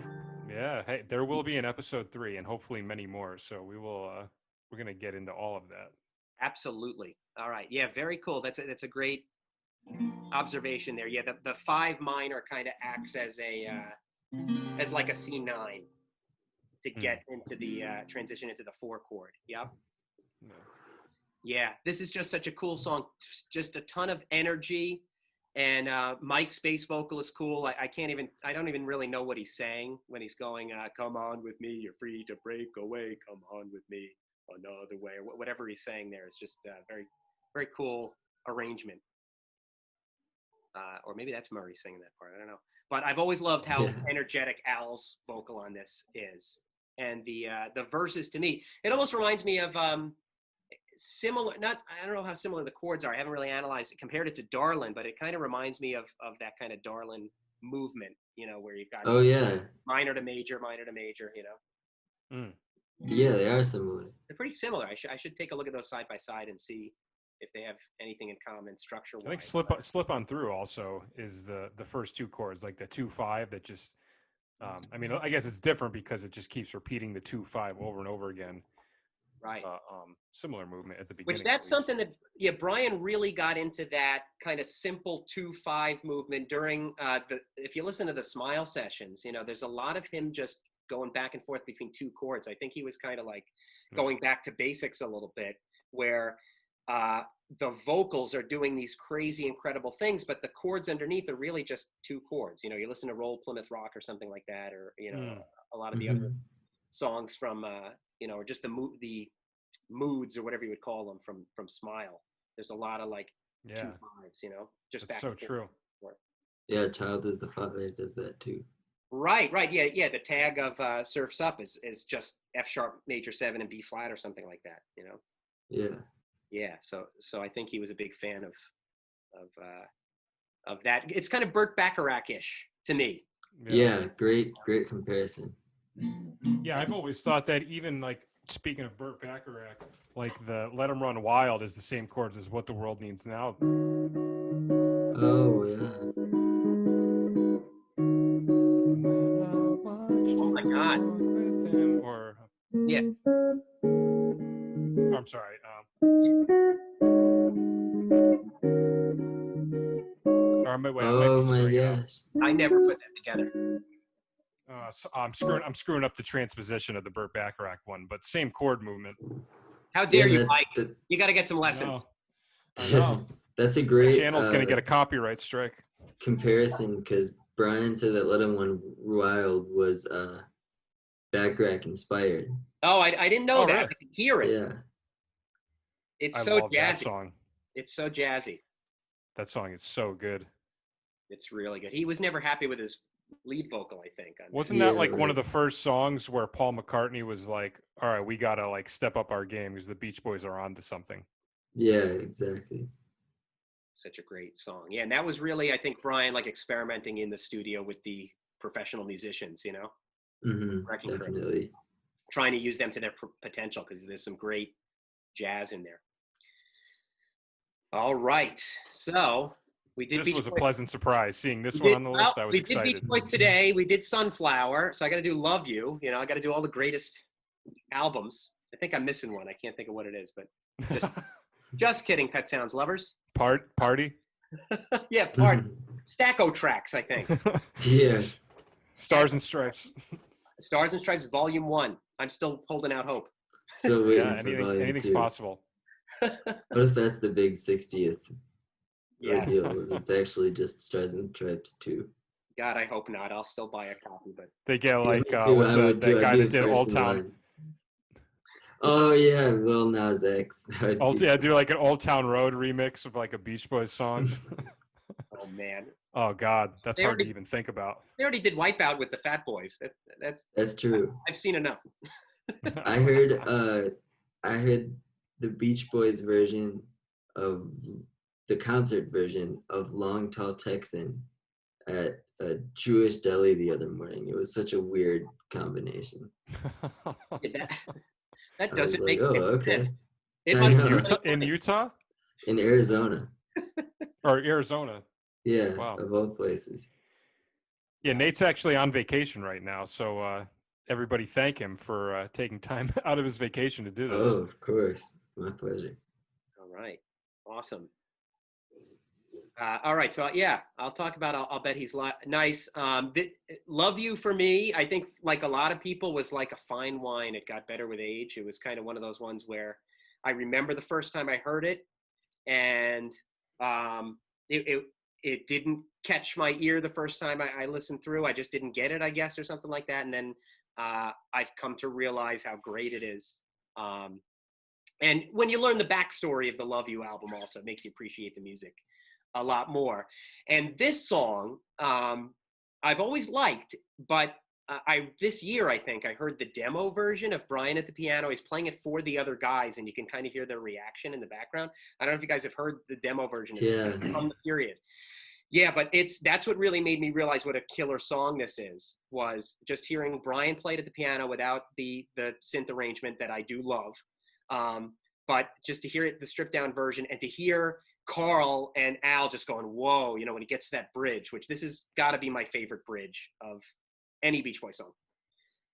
And it's so simple, but it's insanely euphoric moment in the song, So I'll play through the verse as best I can. Oh, sorry for the background noise. Do you guys hear that? Is that loud? A little bit. Oh, not it's fine. It's fine. Okay, yeah. I'm sitting in the basement, and the boiler just kicked on. So. Oh, there it is again. Let me see if I can. We can barely hear. Just play your guitar, because I think when you're playing, we can't hear it at all. All right, that takes over. All right, good. Yeah, we'll be fine. All right. I'll bet he's nice. I'll bet he's twice as nice as me, and it makes me cry, 'cause I remember you and I. Please don't tell me if it's true, because I'm still in love with you, pretty darling, you, my pretty darling, you, pretty darling, you, my pretty darling. I'll bet he's sweet. And so on for the verse. So really beautiful chords, going from the 1 to the 3 minor. Similar to one of the other songs we were talking about before. I can't remember exactly which one.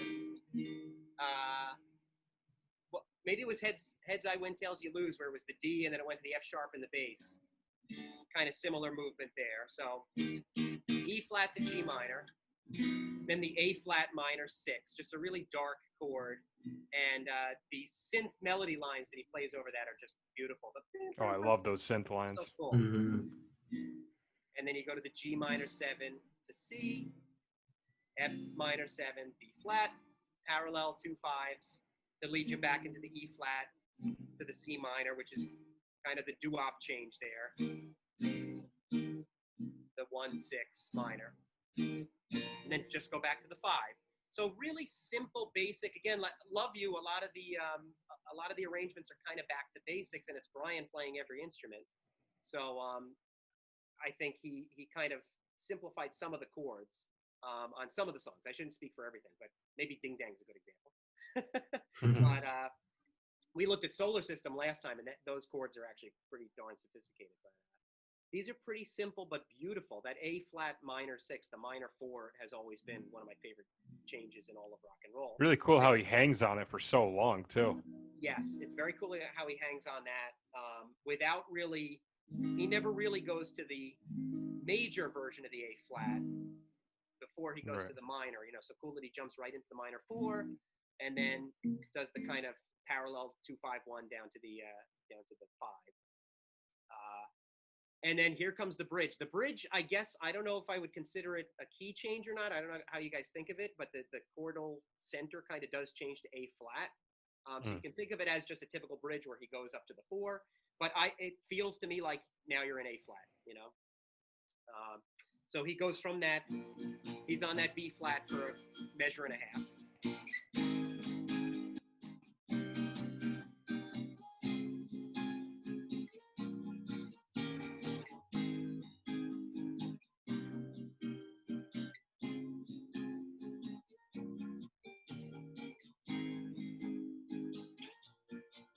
I'll bet he's nice. Just so great, you know. And it does to me feel like a key change that he's in A flat and then modulates up a whole step to get back to the E flat, you know. So another one of those kind of false key changes or sneaky key changes, something that sneaks in. But how classic, just the melody and the chords. Baby, don't you ever tell me that you're leaving. Now that I've got you to believe in, you are the sunshine and the flowers. Come on and make my every hour. I just love that so much. I think it's the best bridge that they've ever done. It. They could have almost fashioned an entire song around that bridge and made that the chorus or something like that. It stands alone on its own as a great piece of music, you know, great 8-bar piece of music. Before leading back into the kind of more sensitive part of the song, where it's really lyrically, it's kind of a weird concept. Did Brian write the lyrics for this one? I think he might have. Yeah, he did, right? He's kind of musing on his ex-girlfriend's new boyfriend, I think, right? Is that what it's about? Yeah. Kind of crazy to write about something like that. I'll bet he's nice. I'll bet he's twice as nice as me, you know, like. So, and that's when he hangs on that A flat minor. It's kind of an angry lyric, you know, or like a vengeful lyric, you know. I bet he's twice as nice as me and he makes you smile, you know. I remember you and I. Please don't tell me if it's true because I'm still in love with you, pretty darling. Then you're happy again. You pretty darling, you my pretty darling. It's kind of a manic song, you know. Yeah, very. And then the desperation in the baby, don't you ever tell me that you're leaving. I just love that. That kills me when I hear awesome. it. You are the sunshine and the flowers. Oh man, just so good. That bridge is the same chords as Summer Means New Love.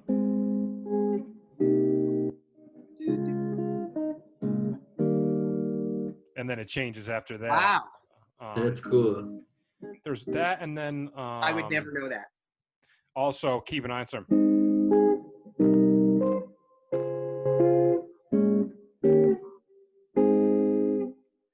I think Keep an Eye on Summer might not have the 2 chord before the 5.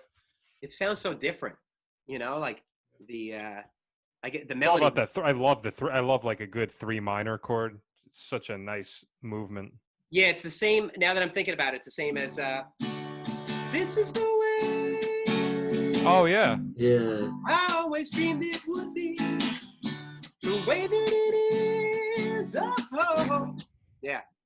That's a great song. That's such a great song. That's Phil Spector, but there's Spector's influence there. Is going to that 3 is just so, I don't know. There's some emotion behind it. You know, it's just a great. I just love it. I love this bridge. You know, one of his best bridges ever. And this is not these chords scream Brian to me, but that bridge doesn't really scream Brian to me. I mean, you just gave a bunch of examples, but I think the thing of him changing the song structure that much during the bridge and then going back to it, it feels like a step into a different song to me. And I don't consider that like a signature Brian move. He doesn't have that many songs where he takes you out of the original song. You almost forget what song you're listening to, you know? And then he goes back to I'll Bet He's Nice, where Brian seems more seamless with his bridges and his instrumental breaks and something. You still know that you're in the same song. This goes to a completely different place. And if you listen to that demo of him at the piano doing it, when he gets to the bridge, that's when all the other Beach Boys are like, oh man, whoa, you know, they can't believe what he's playing. It's just so cool. Yeah, that's such a cool moment. And pretty simple, you know, like this is not the most complicated chord chart we've looked at, but so much emotion behind it. Yeah, great song. All right. Excellent. Great choices. Yeah, thanks. Was that all me, or do I got one more? I can't remember. Yeah, I think that was 5. That's me. Great. That was excellent. Awesome. Yeah, that Thanks. was great.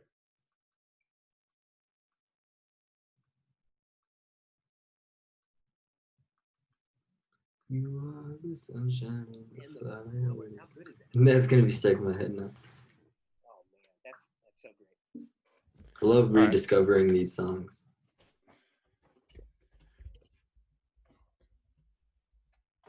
Man, I wish we All could right, play well, together, guys. I really like when Nate, I when you're know. going through those chords. I'm like, Yeah, I want to sing some backup. I want to play some parts. You know. they got to figure out how to fix that delay in Zoom. Yeah. that would be so cool. We could do a trio. Well, I would love that. So I'll start with "Keep an Eye on Summer." So this is a song that I've brought up multiple times in this episode. So it's convenient that I'm also doing this one.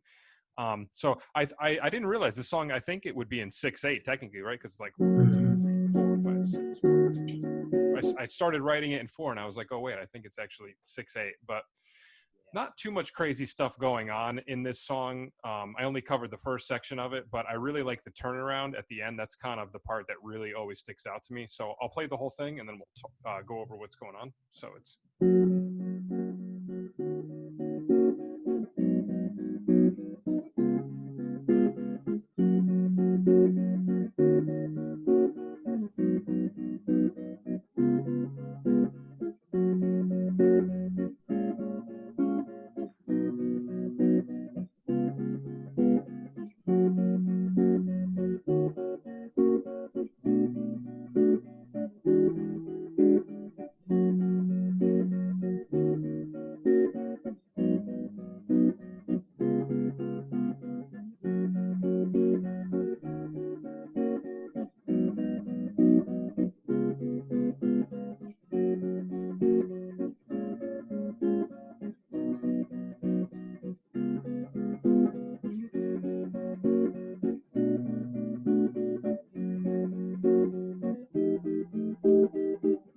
And then from there it modulates to B flat major. But so we're in the key of G flat, and starts with like the generic 1-6-2-5 for two times through.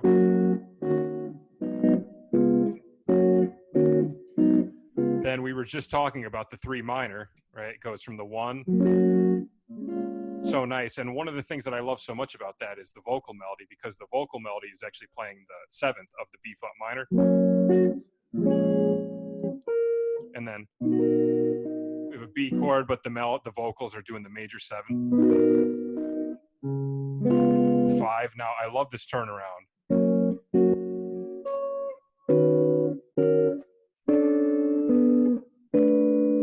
That's so it's 1. pretty. Yeah, it's crazy. So it's 1, 6. But what's so interesting is if you look at the vocal melody, the note that's happening over the E flat minor is B. So he's actually, the melody is doing the flatted 6. So it's kind of uncommon to see a minor chord with the flatted 6 in the melody. So it's. And then we do the 4 minor. So this is really cool, because if you just look at those 2 chords on their own, B minor 7 and E9, it just looks like a 2-5, right? But he's playing a 2-5 off of the 4 minor, which is just brilliant, because the 4 minor is a common movement that we see. And, sometimes you will also see the 5 chord following that, the 5 chord of the 4 minor, if you're treating the 4 minor as a 2 chord.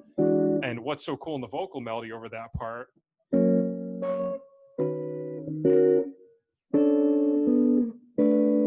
the top note is, but what's happening on the bottom, in the bottom part of the vocal harmonies, you have, so it's, I just love that movement. So it's technically, the E9 chord is technically suspended at first, because the bottom vocals are doing the 4 and then the natural 3. So I just always loved that turnaround. I always thought it was really interesting. And then the second time through,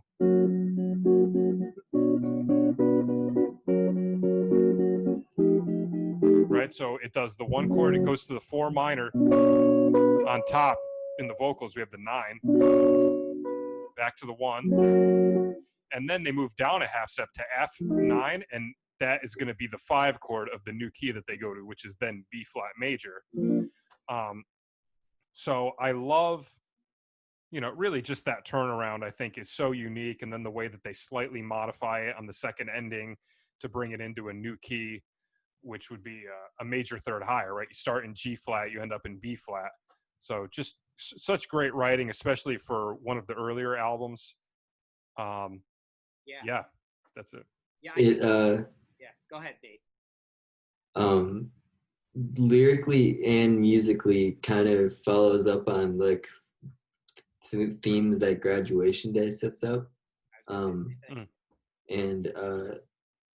damn, there was one thing I was gonna say and then I forgot.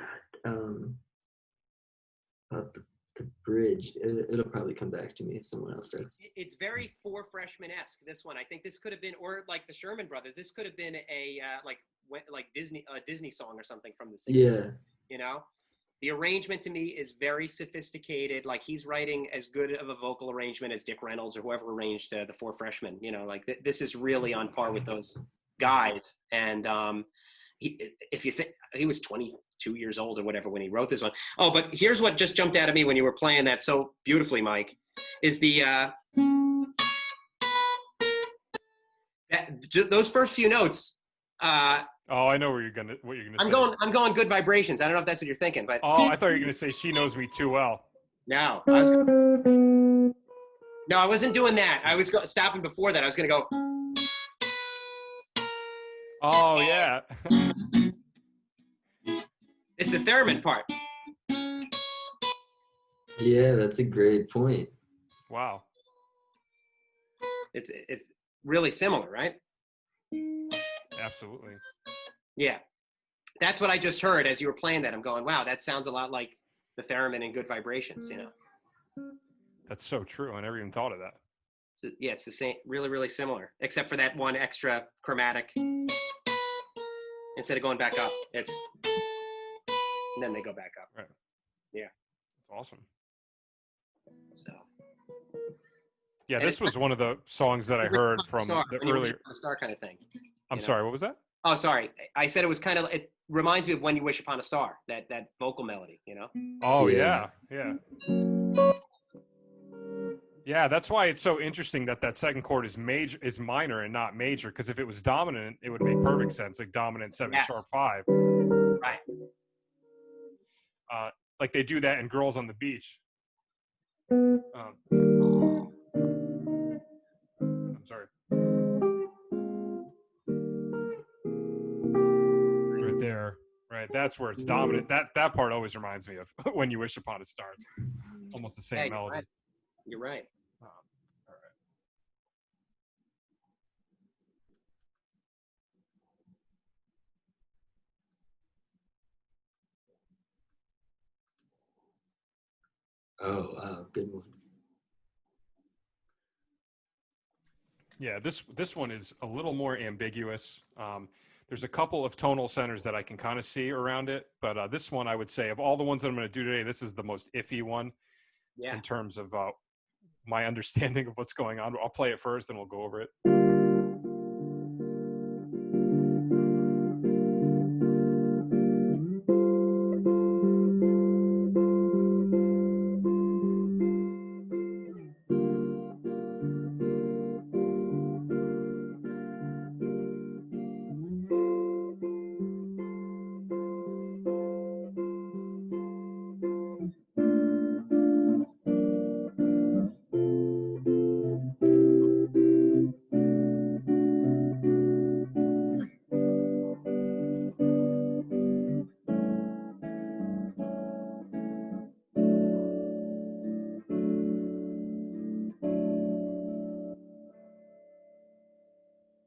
Goes back in.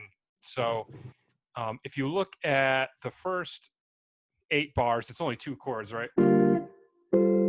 So to me, like looking at those 2 chords, they both kind of just have a G minor sound to them, right? Because you have G minor 7 over D, and then the next chord, F over G, really kind of has like a G minor 11 kind of sound. And initially I just assumed, all right, the beginning part is in G minor, but then when you look at the next couple chords, the B flat major, G minor, and F over C and C, you could kind of see all of these chords in the key of F major. So just think of it, he's starting on the 2 chord with the 5 in the bass. Then he's doing still the 2 chord, but he's putting the 1, well, I guess the 1 chord with the 2 in the bass. I don't know if I would call it a 1 chord or a 2 chord. Back to that. Then when you look at this part, right, that's you could definitely see that in F major is just 4, 2, and then 1 with the 5 in the bass, then the 5. Now this is the part that's so cool to me, because normally I would expect it to go like this.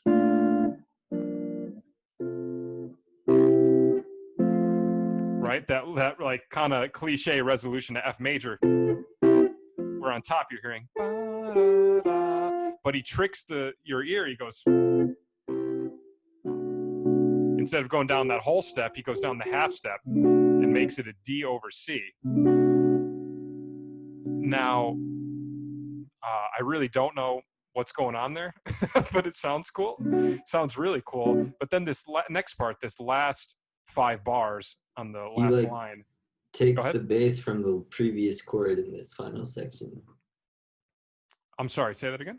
In this final section, he like makes the bass note the root of the previous chord.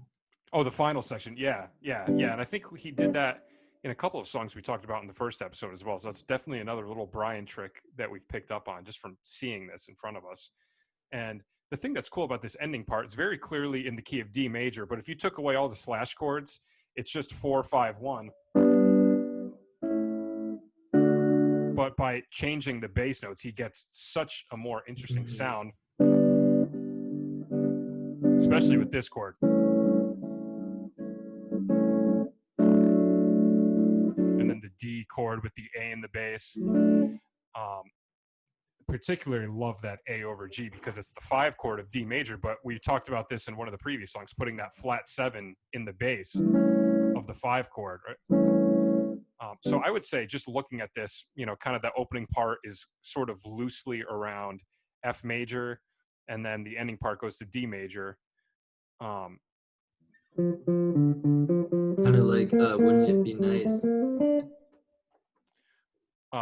Has the verse in F and then the bridge in D major. Yeah, F and then down a minor third. Yeah, that's like exactly true. Yeah, that's it. Yeah, I also agree with this. Is one of those signature things where he's 1 chord behind on the bass. So he starts with the G minor 7 with the D in the bass. I always thought of that second chord. I never thought of it as F over G. I always played it as D minor 7. I always played it as D minor 7 over G. D minor 7 over G. Yeah, that'd be fine too. Yeah, and either way, you could think of that as G minor 11 if you wanted to just simplify it down to G. But having the F kind of helps your case of it being an F because it makes it very clear. Yeah, I mean the F, whether or not you're doing F or D minor 7, it's only 1 note different. It's the same thing, but you just add a D note. Yeah. But I think it's probably just because of how I was doing it on guitar. On piano, yeah, that would make sense on piano because it would just be all white keys and you just play the G note in your left hand. Exactly. Yeah. But this was one of the first songs where I was really kind of just floored by Brian's sense of harmony and also just the vocal melody.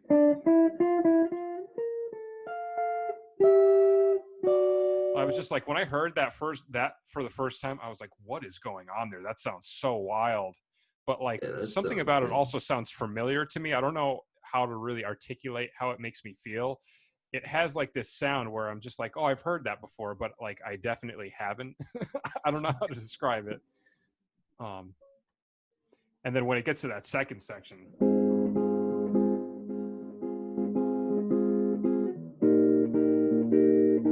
just like a A flat or F minor over A flat to E flat over B flat, like that change is just so nice, so beautiful, so great. And then when it gets to the part after where Brian's,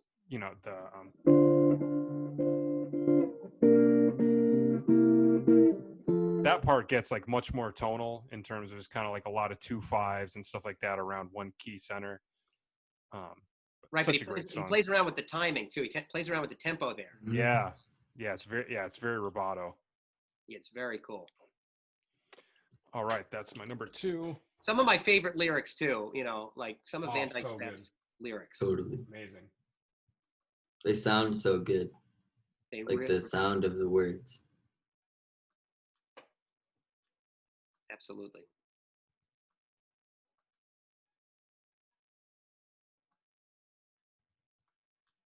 Hey, can I tell you guys, this was my favorite song in 7th grade. This I one? don't know why. I don't know why I remember that, but like I remember, like I was in 7th grade, and that's when it was like you were kind of telling your friends what music you were into and stuff like that. And I was like a proud Beach Boys nerd that nobody had ever heard this song before. But I remember telling everybody, I'm like, my favorite song is "You Still Believe in Me." You know? And they're like, "Oh, Hell yeah. no idea what that is." You know? Great song.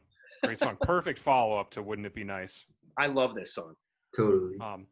So originally I wrote the way I wrote the chords. I think this is technically the tempo that it's in because I think it's a really slow 4, like 1, 2, 3, 4, 1. Because originally I wrote it as the B chord lasting an entire measure, but I think the tempo is a lot slower, so that's why there's so many chords squeezed into a measure. So this one it starts in B major, couple of modulations we'll talk about, but I'll play it first.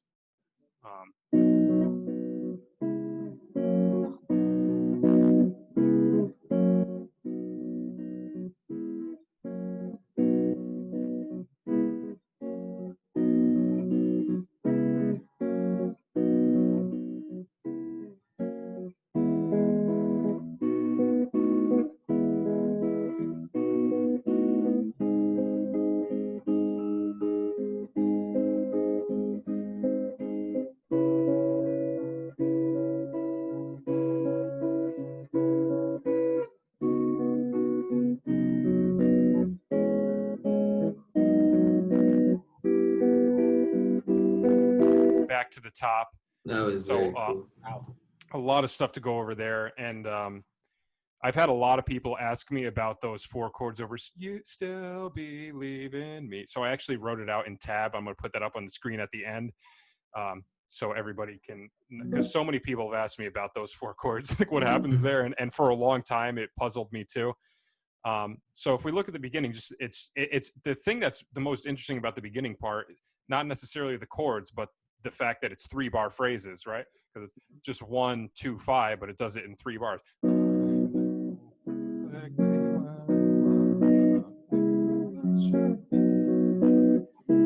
So that was the first phrase. That was 3 bars. Then it does another 3-bar phrase because it does 2 bars with vocals and just 1 bar instrumental.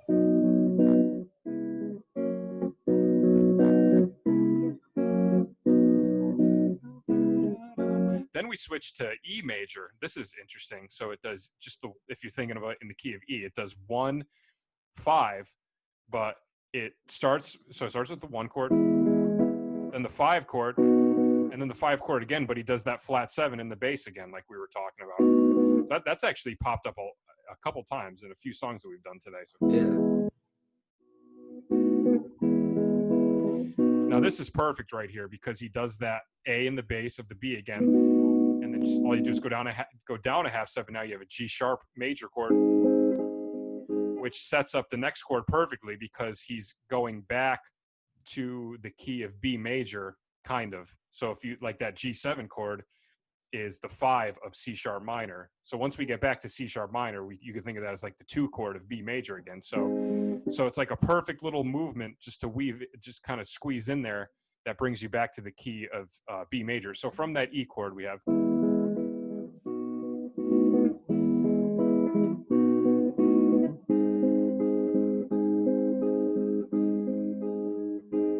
Now the 2 chord for 2 bars.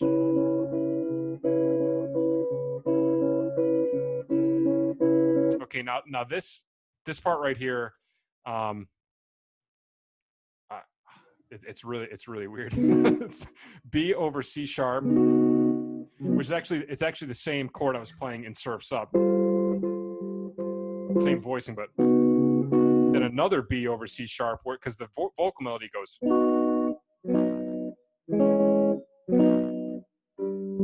So then this chord, I would call it C sharp minor over B, C sharp minor 7 over B, G sharp minor, and then E minor over G. Now that chord is interesting because we've talked about how the Beach Boys do use the 4 minor a lot. So if we're in the key of B major, E minor is the 4 minor, but he's putting the G in the bass, which gives us this really interesting sound where you have like the G resolving up to the B when you go back to the top of the song. Now, real quick, let me just get the sheet up with the actual chord fingerings. Sure. Man, that's so cool. And that G, though, I think is also the note that they're all singing in unison after doing. Yeah, there's no harmony on that note. Like everything else is harmonized, and when they get to that chord, it's just the G's in unison. So strange. So these are the chords that I play, just for people that have asked. That's the first one: C sharp, B, D sharp, F sharp, and then just bar your fingers across 4 from the 5th string to the 2nd string. Now here's that C sharp minor 7 over B, B, E, G sharp, C sharp, then like a stock G minor 7 chord. That's a really cool voicing. That voicing actually pops up in a couple of songs on Pet Sounds. Definitely like an inversion that Brian was experimenting with a lot. The minor chord with the flatted 3rd in the bass. So yeah, that's that one. Yeah, that chord is like that Caroline no chord. Yeah, and that's what we're gonna get into next, actually. So. Oh wow.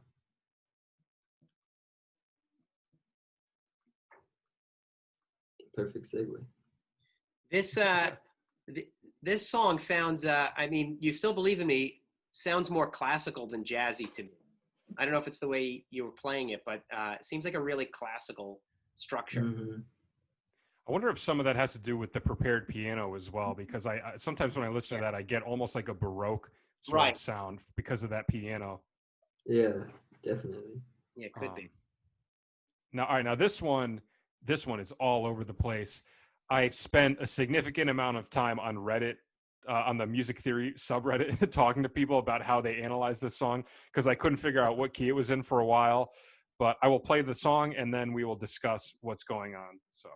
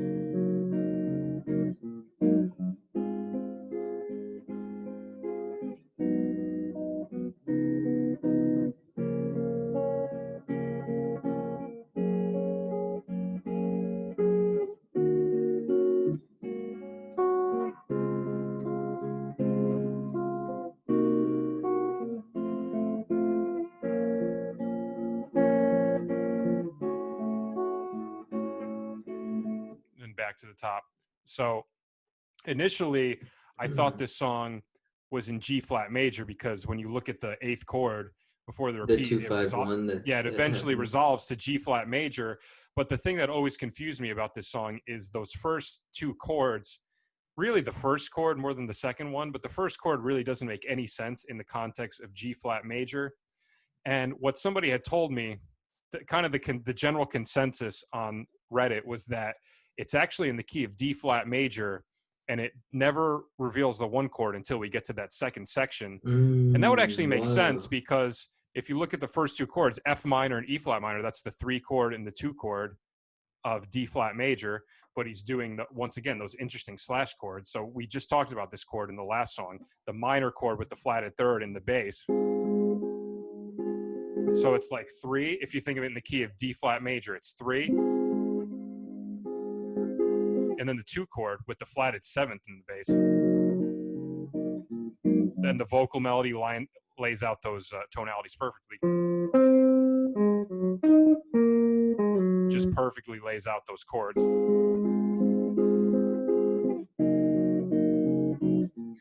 And then the next time we do the first chord, but then he does a 2-5-1 to the 4 chord. So if we're in D flat major, G flat is the 4 chord.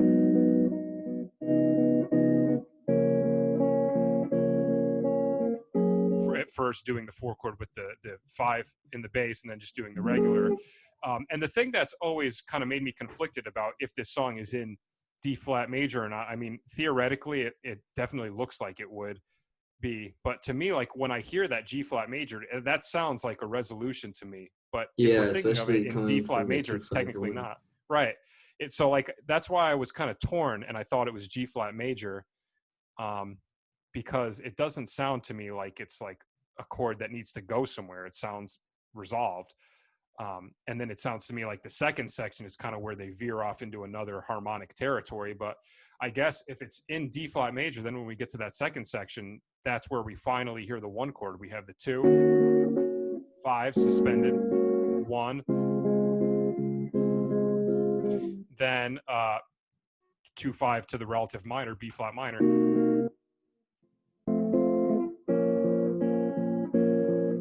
Now, right here, this is the chord where I was like, okay, that sort of seals the deal for me. It's definitely D flat major.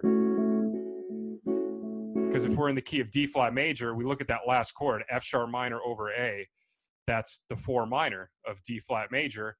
And once again, like we were just talking about, it's that minor chord with the flatted third in the bass. And that works out nice because then you just go down a half step and you're back to the top of the song. That's so cool. Yeah, so it's wild. This one is wild, all over the place. But I don't know. What do you guys think? The 2-5 thing makes me want to lean towards G flat because that feels so final when he says no and it goes to that. But also that case for D flat's pretty strong too. Sometimes I think of the 3 chord and the 1 chord are kind of similar or the same. Right. 3 chords I just think of as like a 9 chord of like a major 9 chord of a 1 type of thing. Mm-hmm. So from that standpoint, it's almost like a D flat major 7 going to 2. So I could see it as either of those. Yeah, I'm feeling D flat major. I think that first chord there could be like a D flat major 7 with the 5 in the bass. But you're right. It doesn't sound resolved. You know, the first chord that you hear sounds like it's moving somewhere, but it does sound resolved when you play it on bar 9. Break my heart, I want to go and cry. When he sings "Go and Cry," that does sound like the 1 to me. Yeah. You know, it could just be because of those 2 chords right Oh before. yeah, I see what you mean. You know what I mean? Yeah, That's the first time that I really felt like he hit the home chord. You know, was that bar 10 right there did feel resolved. Mm-hmm. This is such a great chord chart. Yeah, this is phenomenal. It really makes you think. Yeah, I love having it on the screen as we're doing it. It adds a whole nother layer to the experience. Yeah, but this is another one of those ambiguous ones where it's really, really tough to lay your finger on where he's going or what he's doing with this. Yeah, absolutely. Yeah, Hang on, I just got low battery. I got to switch my headphones really quick. All right, there we go. You can hear me, right? Yep. All right, cool.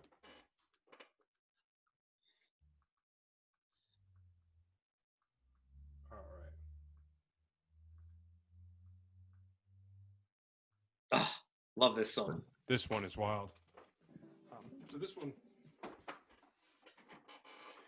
is relatively tonal, but it's got a couple of cool instances of borrowing from the parallel minor key, as well as a couple of interesting slash chords.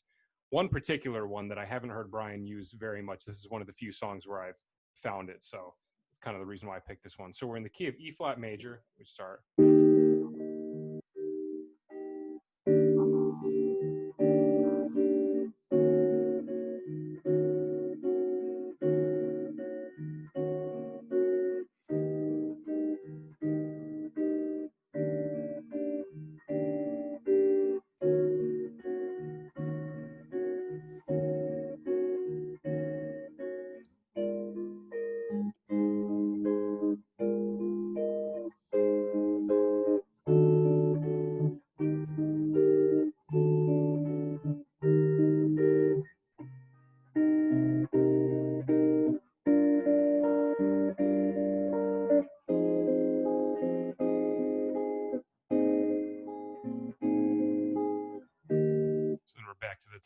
So a couple of really cool things. So I love just the opening, how it just does the 1 chord, then makes it major 7, then makes it minor 7. Yeah, that's very cool.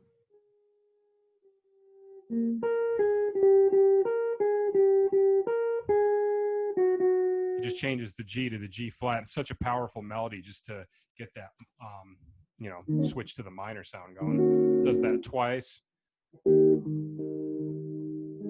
Sorry.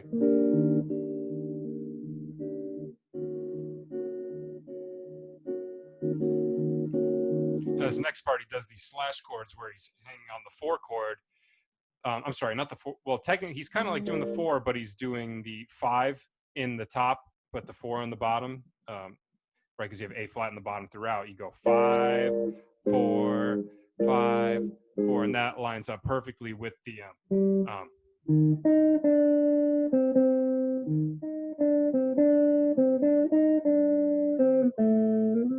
that like vocal melody just lays out that sound perfectly.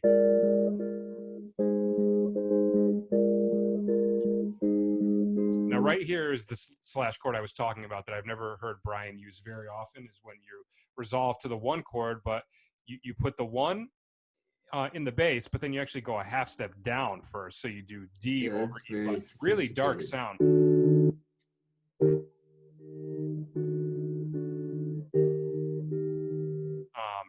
And that, once again, that fits perfectly with the vocal melody.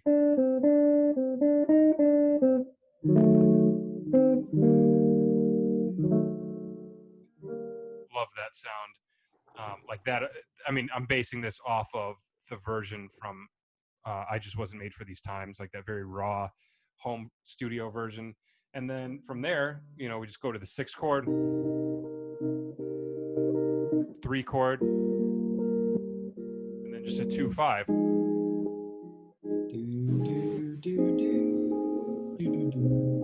then we're back to the top. So pretty tonal, but a couple of cool slash chords going on. And then that combining with the parallel minor, doing that E flat minor 7 chord. Right, so cool. That D over E flat is really tough to pull off in a song with. Yeah. It sounds so good.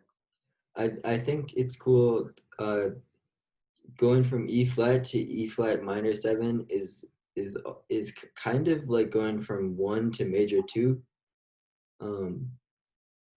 Because you have like that F sharp chord hidden in there. Oh, okay. So, but it's just like a more sophisticated way of going about it. I'm sorry, say that again? I think going from E flat to E flat minor 7 is similar to going from E flat to like a G flat or an F sharp major. Oh, yeah. It's like going to like a major 2nd chord. Yeah, absolutely. Because it's just one note different. Yeah. Just like what you're saying about like the difference between the 1 chord and the 3 chord, it's just one note different. Yeah, right. Very closely related. Yeah, I always loved this song. There's a famous, I think, is it Duke Ellington? Someone does a song where it very prominently features that, like, how you were talking about on like bar, what would that be, like 11 or 12 with the D over E flat and then E flat. Oh, Isfahan? Yeah, that's what I'm thinking of. I'm sorry.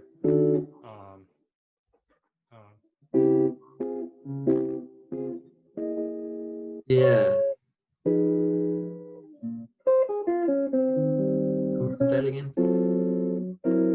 That one? Yeah. Yeah, I love that. This song, I was sort of thinking when you were playing it, it has a similar vibe and feel to Jane and Dean, A Surfer's Dream. Like some of the chord movements kind of remind me of each other, like the B flat over A flat going to A flat, and some things like that, and the melancholic feel. Is that the one that you sent me? Yeah. Oh, nice. The one I in have to check 6/8. that out again. That was cool. Yeah. I don't know that song. Oh yeah, definitely look. It's called The Surfer's Dream, and it has no Dean, but it has Jan and his girlfriend Jill singing. Oh wow, I never heard it. Some of it's unison and some of it's harmony. It's very cool. I'll look it up for sure. Mike, I don't know if off the top of your head, in Keep an Eye on Summer, when they go, I'm waiting and waiting. Mm-hmm. Is that I think it is. Is that the one chord?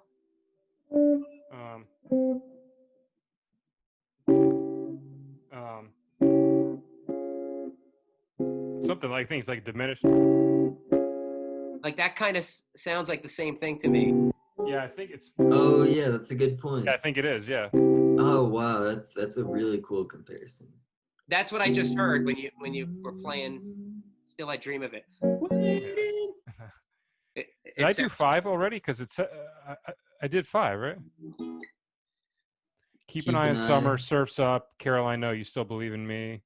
Oh yeah, that is 5. And Still I Dream. Then, oh, okay. Wow, that went by quick. You go by quick.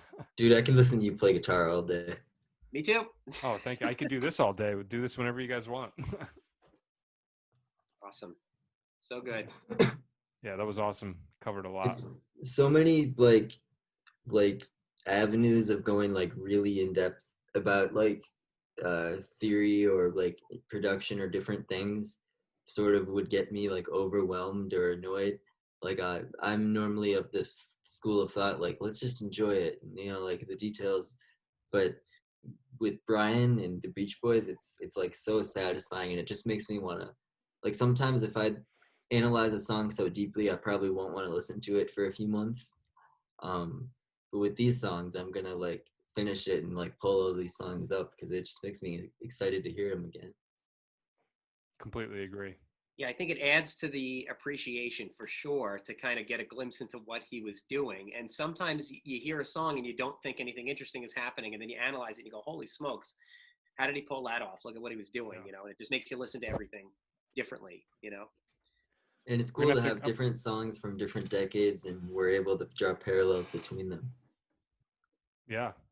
Because they, you know, ultimately they come in from one source. Or yeah. I'm going to go through and see which albums we've covered in these first 2 episodes and see which ones we haven't. So next time, I don't think we've done anything on Friends yet, right? Oh yeah, that's. I think you're right. That's a great album. Oh my God, I love that. Wait a second, did I don't know if I did it or I just talked about it. Did I do Wake the World? I was thinking about that. I don't think you did. I might have just brought it up as a side note. Yeah, it just came up. Yeah. Yeah, that's a great album. That whole album has super interesting chords. Yeah. The song Friends is all over the place. Oh my God, tell me about it. Yeah. Whenever I'm playing that song, people are always like, what are you playing? Like, because it kind of sounds like you're just pulling chords out of your ass until you sing a melody right off on the top. bat, like that just catches my ear, like da, da, da, da, yeah. Da, da, da, da, da. And then it goes up to half step. I'm just like, wow, right away they hit you. Yeah. It's great. Yeah, that might be their earliest key change. I know a lot of people say that Wouldn't It Be Nice is like their earliest key change, but I don't really think of that as a key change, you know? The intro? Yeah, the intro is still in the key of F. They're really just playing the background part to the bridge. So right. It's kind of arguable as to whether that's a genuine key change or not, you know, I don't know. But Friends is definitely a key change up a half step halfway through the verse, you know. And even if Wouldn't It Be Nice counted as a key change, I think the Friends one comes in sooner regardless. I think so. That's true. Yeah, great album. Second or third second. That was like the first non-Pet Sounds Beach Boys album that I got really into when I started exploring their other discography, some of the lesser known albums. That was the first one I got like really hardcore into. For me, it probably went Pet Sounds and then Surfer Girl. Surfer Girl is like a natural transition. Because I was just going through and seeing which one had songs I knew, and Surfer Girl, it's like one after another hit. Yeah. It's so good. Excellent. This was so awesome. I love doing this. That was amazing. I always love doing this. Me too. I'm psyched. I'm psyched for 2021 because I'm hoping the close box comes sooner than later. You know, it probably won't come till the end of the year. But as I always say, it's a good time to be a fan. Amen. It Yeah. really is. Did you guys hear Brian's version of Carl's song "Heaven" that he Yeah, that was so posted on touching. Instagram? No, Hadn't when was seen this? that. It was on Carl's birthday, which is December 6th or something, Yeah, some date a few in days ago. December. And it was on Instagram. I was looking for it on YouTube. I couldn't find it, but it's also on Reddit, which is where I saw it first. Go back and Mike, look for Brian singing Carl's song "Heaven," because I think he did the vocal in the early 2000s, and it's one of his best like later vocals. Yeah, I Yeah. think it was 2006 or 7 or Maybe 8. 2006. Yeah, I it's thought- got a great vocal on it. It's a I beautiful. thought Brian said that he never listened to Carl's solo album, or was that Dennis? He probably said that before, but I'm sure he's listened to it. Yeah. He probably just says that because he doesn't want to get asked more questions about it. He's like, oh, I haven't listened to it. I'd probably do We're the like, same oh, thing if I was okay. him. Yeah. Yeah. Have to talk as little as possible. Yeah, get yourself out of the hot seat. Like, I haven't listened to it. I don't know. I can't tell you anything more. Didn't you say that last episode? You think Brian is just like the ultimate troll? Yeah, yeah, he's smarter than all of us. Obviously, he's got it figured out. He's got So tricks. he's up his just sleeve. screwing with us. Yeah, Yeah. no doubt. It's so funny. I would believe it. Awesome. Well, thank you so much, guys. I really appreciate your time and your insight into these awesome songs. And thank you, everybody, for listening. Hope you enjoyed our part 2. And there will definitely be a part 3, so don't worry about that. I think we are all in agreement. We'll keep doing this until we run out of songs. So. Oh yeah, Awesome. that probably won't be for a while. We'll be doing I think- Summer of Love chords eventually. Oh man, it's a love thing. Awesome. All right. Well, thanks again, guys. I really enjoyed this. Yeah, thank you. This was great. Thanks, guys. All right. We'll talk to you guys soon. Have a good night. Sounds good. Talk soon. See ya.